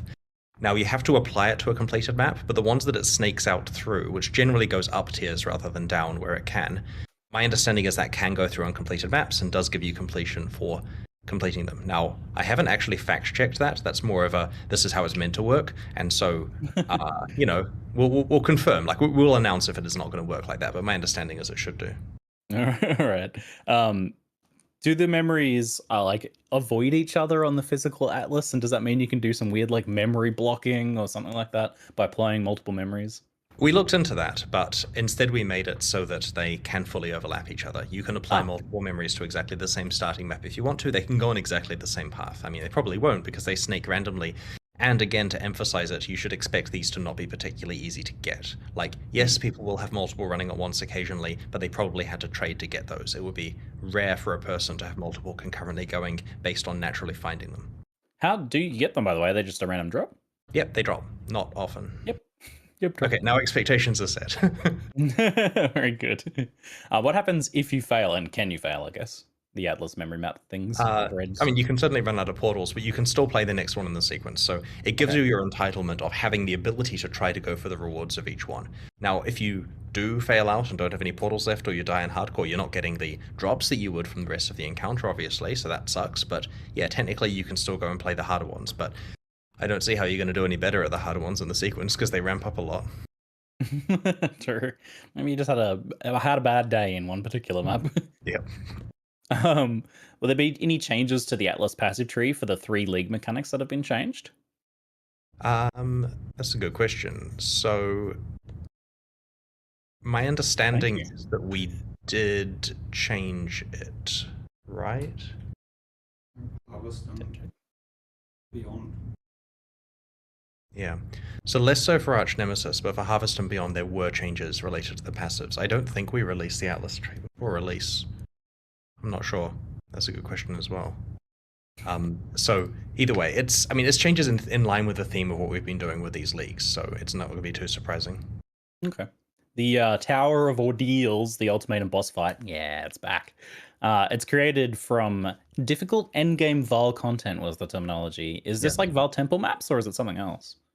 We want people to work it out. Like, it's a variety of stuff. So to be clear about how this works, you do several pieces of content, you get some pieces that you can put together, like making Harmager uniques, you place them next to each other in the inventory, and it's, go play some Val content, see what drops, post it on Reddit, it won't be too hard to work out. It's gonna be like a new fragment set or something for these. Okay. Yeah, I should clarify with that Atlas tree question, the details will probably be in the patch notes that we're posting as soon as we finish talking, so people won't have long to wait. It sounds like there's some there's like some sort of creation process here. Does that mean we can influence the rolls on the map in any way, or are those random and we get what we get? It spawns random rolls, but it's corrupted, so you can't influence it. So that means if you want to try to get good mods on it, you'll have to, of course, complete said Val content many times. All right. On new and rebalanced uniques now, we asked about the ring, so I can skip that one, but is the lower drop rate of uniques global, or is it specific to the newly buffed uniques? And does it affect unique drops from specific bosses at all? So it doesn't affect guaranteed boss drops. It is a global change, but we've gone through and reassessed the rarity of each unique. Like, we've kind of taken the old system, put it to one side, gone through every unique and said, why is this one quite rare? We should have it be common, and so on and so on. And overall, this means that you are finding fewer uniques per hour that you play.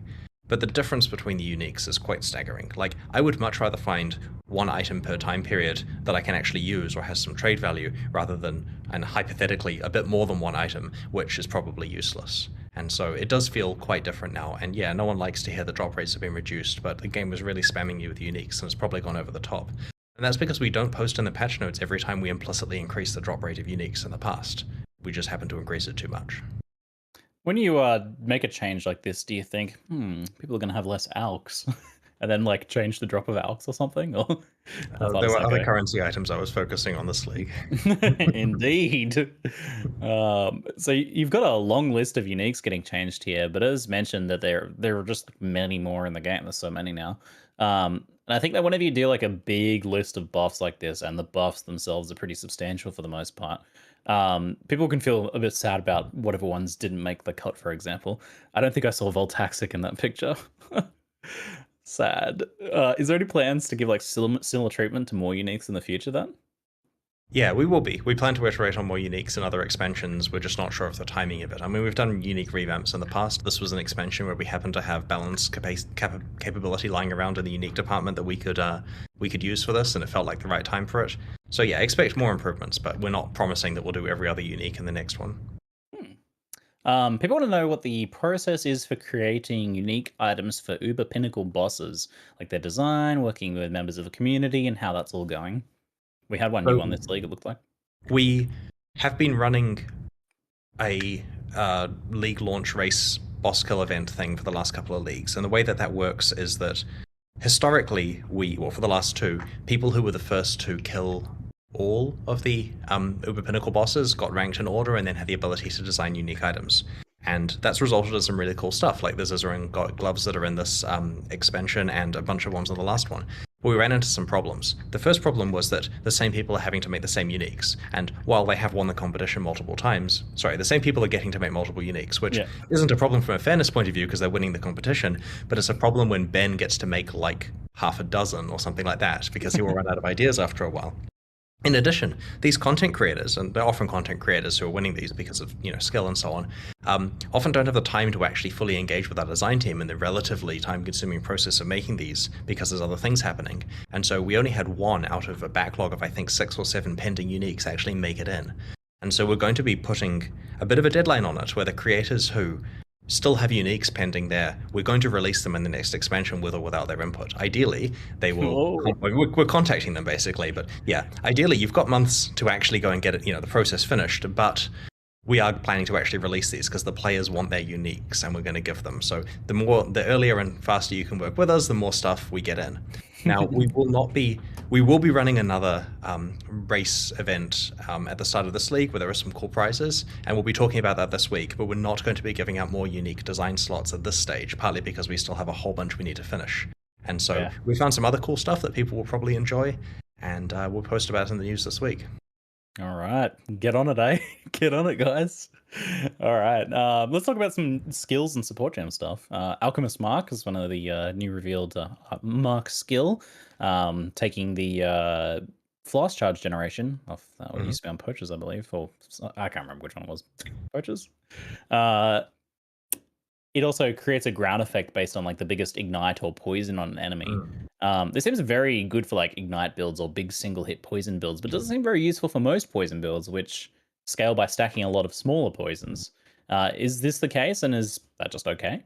Yeah, the goal here wasn't to just say all poison builds have an extra thing that they have to stack on in addition to everything else. The goal here was to enable builds to exist that use single big poisons and ignites. So we're trying to open up more space here rather than just buff an archetype. Oh, that's true. Like, we saw like the Flame Blast poison stuff. Does that mean Consuming Dark is one of the changed uniques, by the way? It's all right, don't worry. I think that all the changed uniques are listed in the patch notes. And for reference, I would much rather just say they're in the game, go have fun, but we have listed every change as far as I'm aware. So it's all there. Spoil it, Wow, so all the uniques are getting spoiled as soon as I finish the Q&A. Yeah. Let me just stall for a while longer. We could stop right now and people would have that information, but instead we're going to keep going through the question. I'm not going to stop until Bex tells me to. I feel really bad for the person that has to write up all the changes if I was wrong and they aren't listed there, and then the community expects them, and that's their weekend gone. Sorry, folks. So the new shock skills seem very cool. Though they feel a bit like PoE 2 skills. I've been noticing this a lot lately, where we will have a lot more socket and support freedom in the future. I've noticed this is a bit of a trend with new skills feeling a lot more like combo pieces, and like it really feels like you're butting up against the limitations of the current socket system. Do you feel that when you're designing skills at the moment? Yeah, we are certainly designing content for PoE 2. I mean, like, this league is designed so it could appear in PoE 2 if we decide to. We're trying very hard to make sure that we are juicing both games at the same time, and that's why from a quality point of view, we want them to be, top-notch, and also, I mean, it means we can produce much higher budget stuff for PoE 1 because we're getting to spend PoE 2 money on it, and it also means that we're able to make sure PoE 2 launches with a much larger stable of content than other action RPGs in that generation will do. A lot of stuff is going to take on new life when PoE 2 comes out, especially with, like I said, we've got so many of these like combo piece feeling skills that are just so hard to fit in builds at the moment.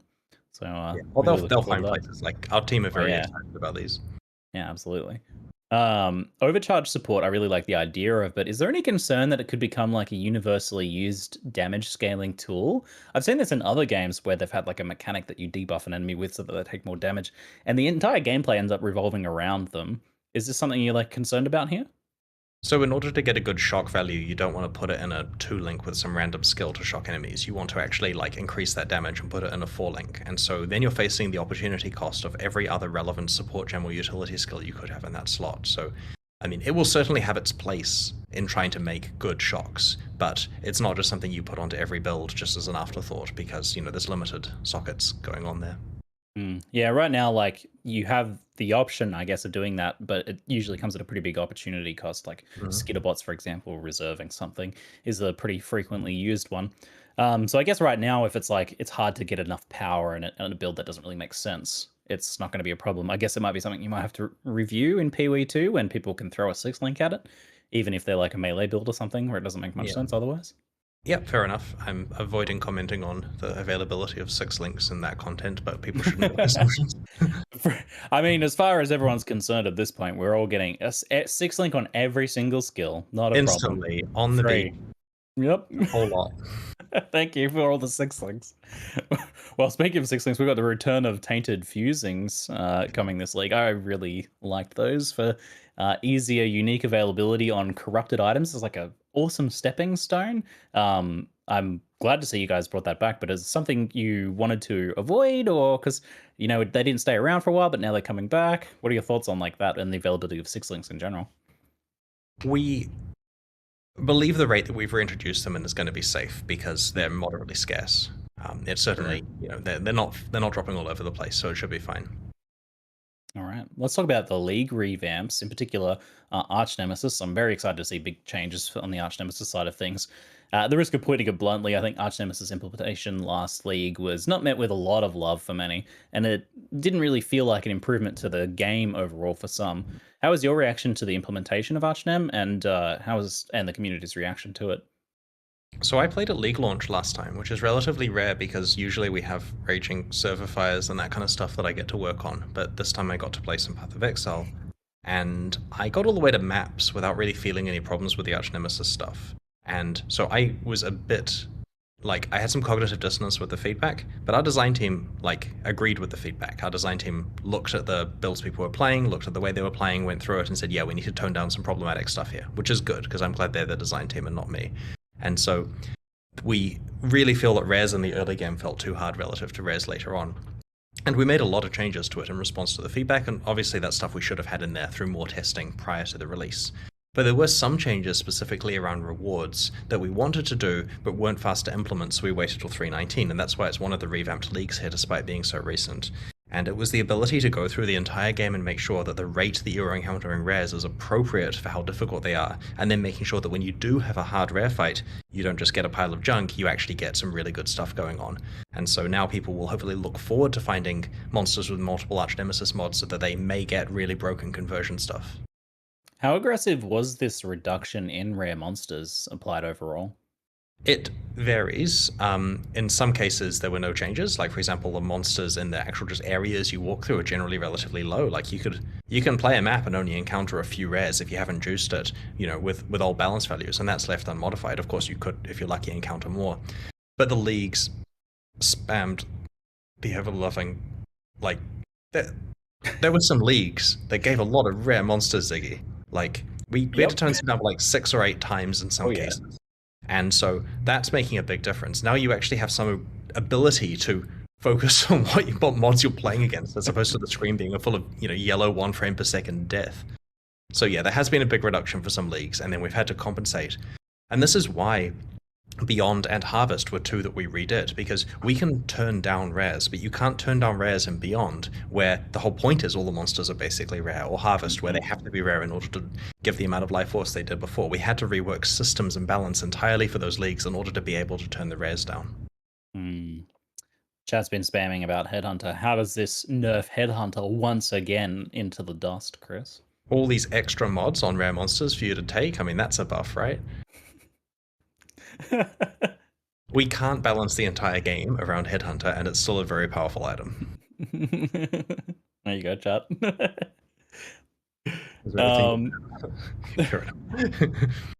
How does this change the balance between base gameplay reward and specific league reward mechanics? So I guess now, when a rare spawns from a league mechanic, it potentially is dropping its new reward system, whether it's like a bundle of maps or uniques or something like that as well. Yeah, we want it to be consistent across both. We've had a problem long-term in Path of Exile that isn't fully solved, where the base game has one difficulty and League content has a different difficulty. Like, if you were to fight a monster in an expedition, a white monster, and look at how much life it has compared to just a random zombie walking on the beach 1 screen over from the base game, there's a pretty big difference there. And we haven't addressed that life difference here. It's quite a large change to go and normalize all that. But We do want it so that League content is appropriately rewarding for its difficulty, but not to the point where you just don't want to play the base game. And so here, a rare monster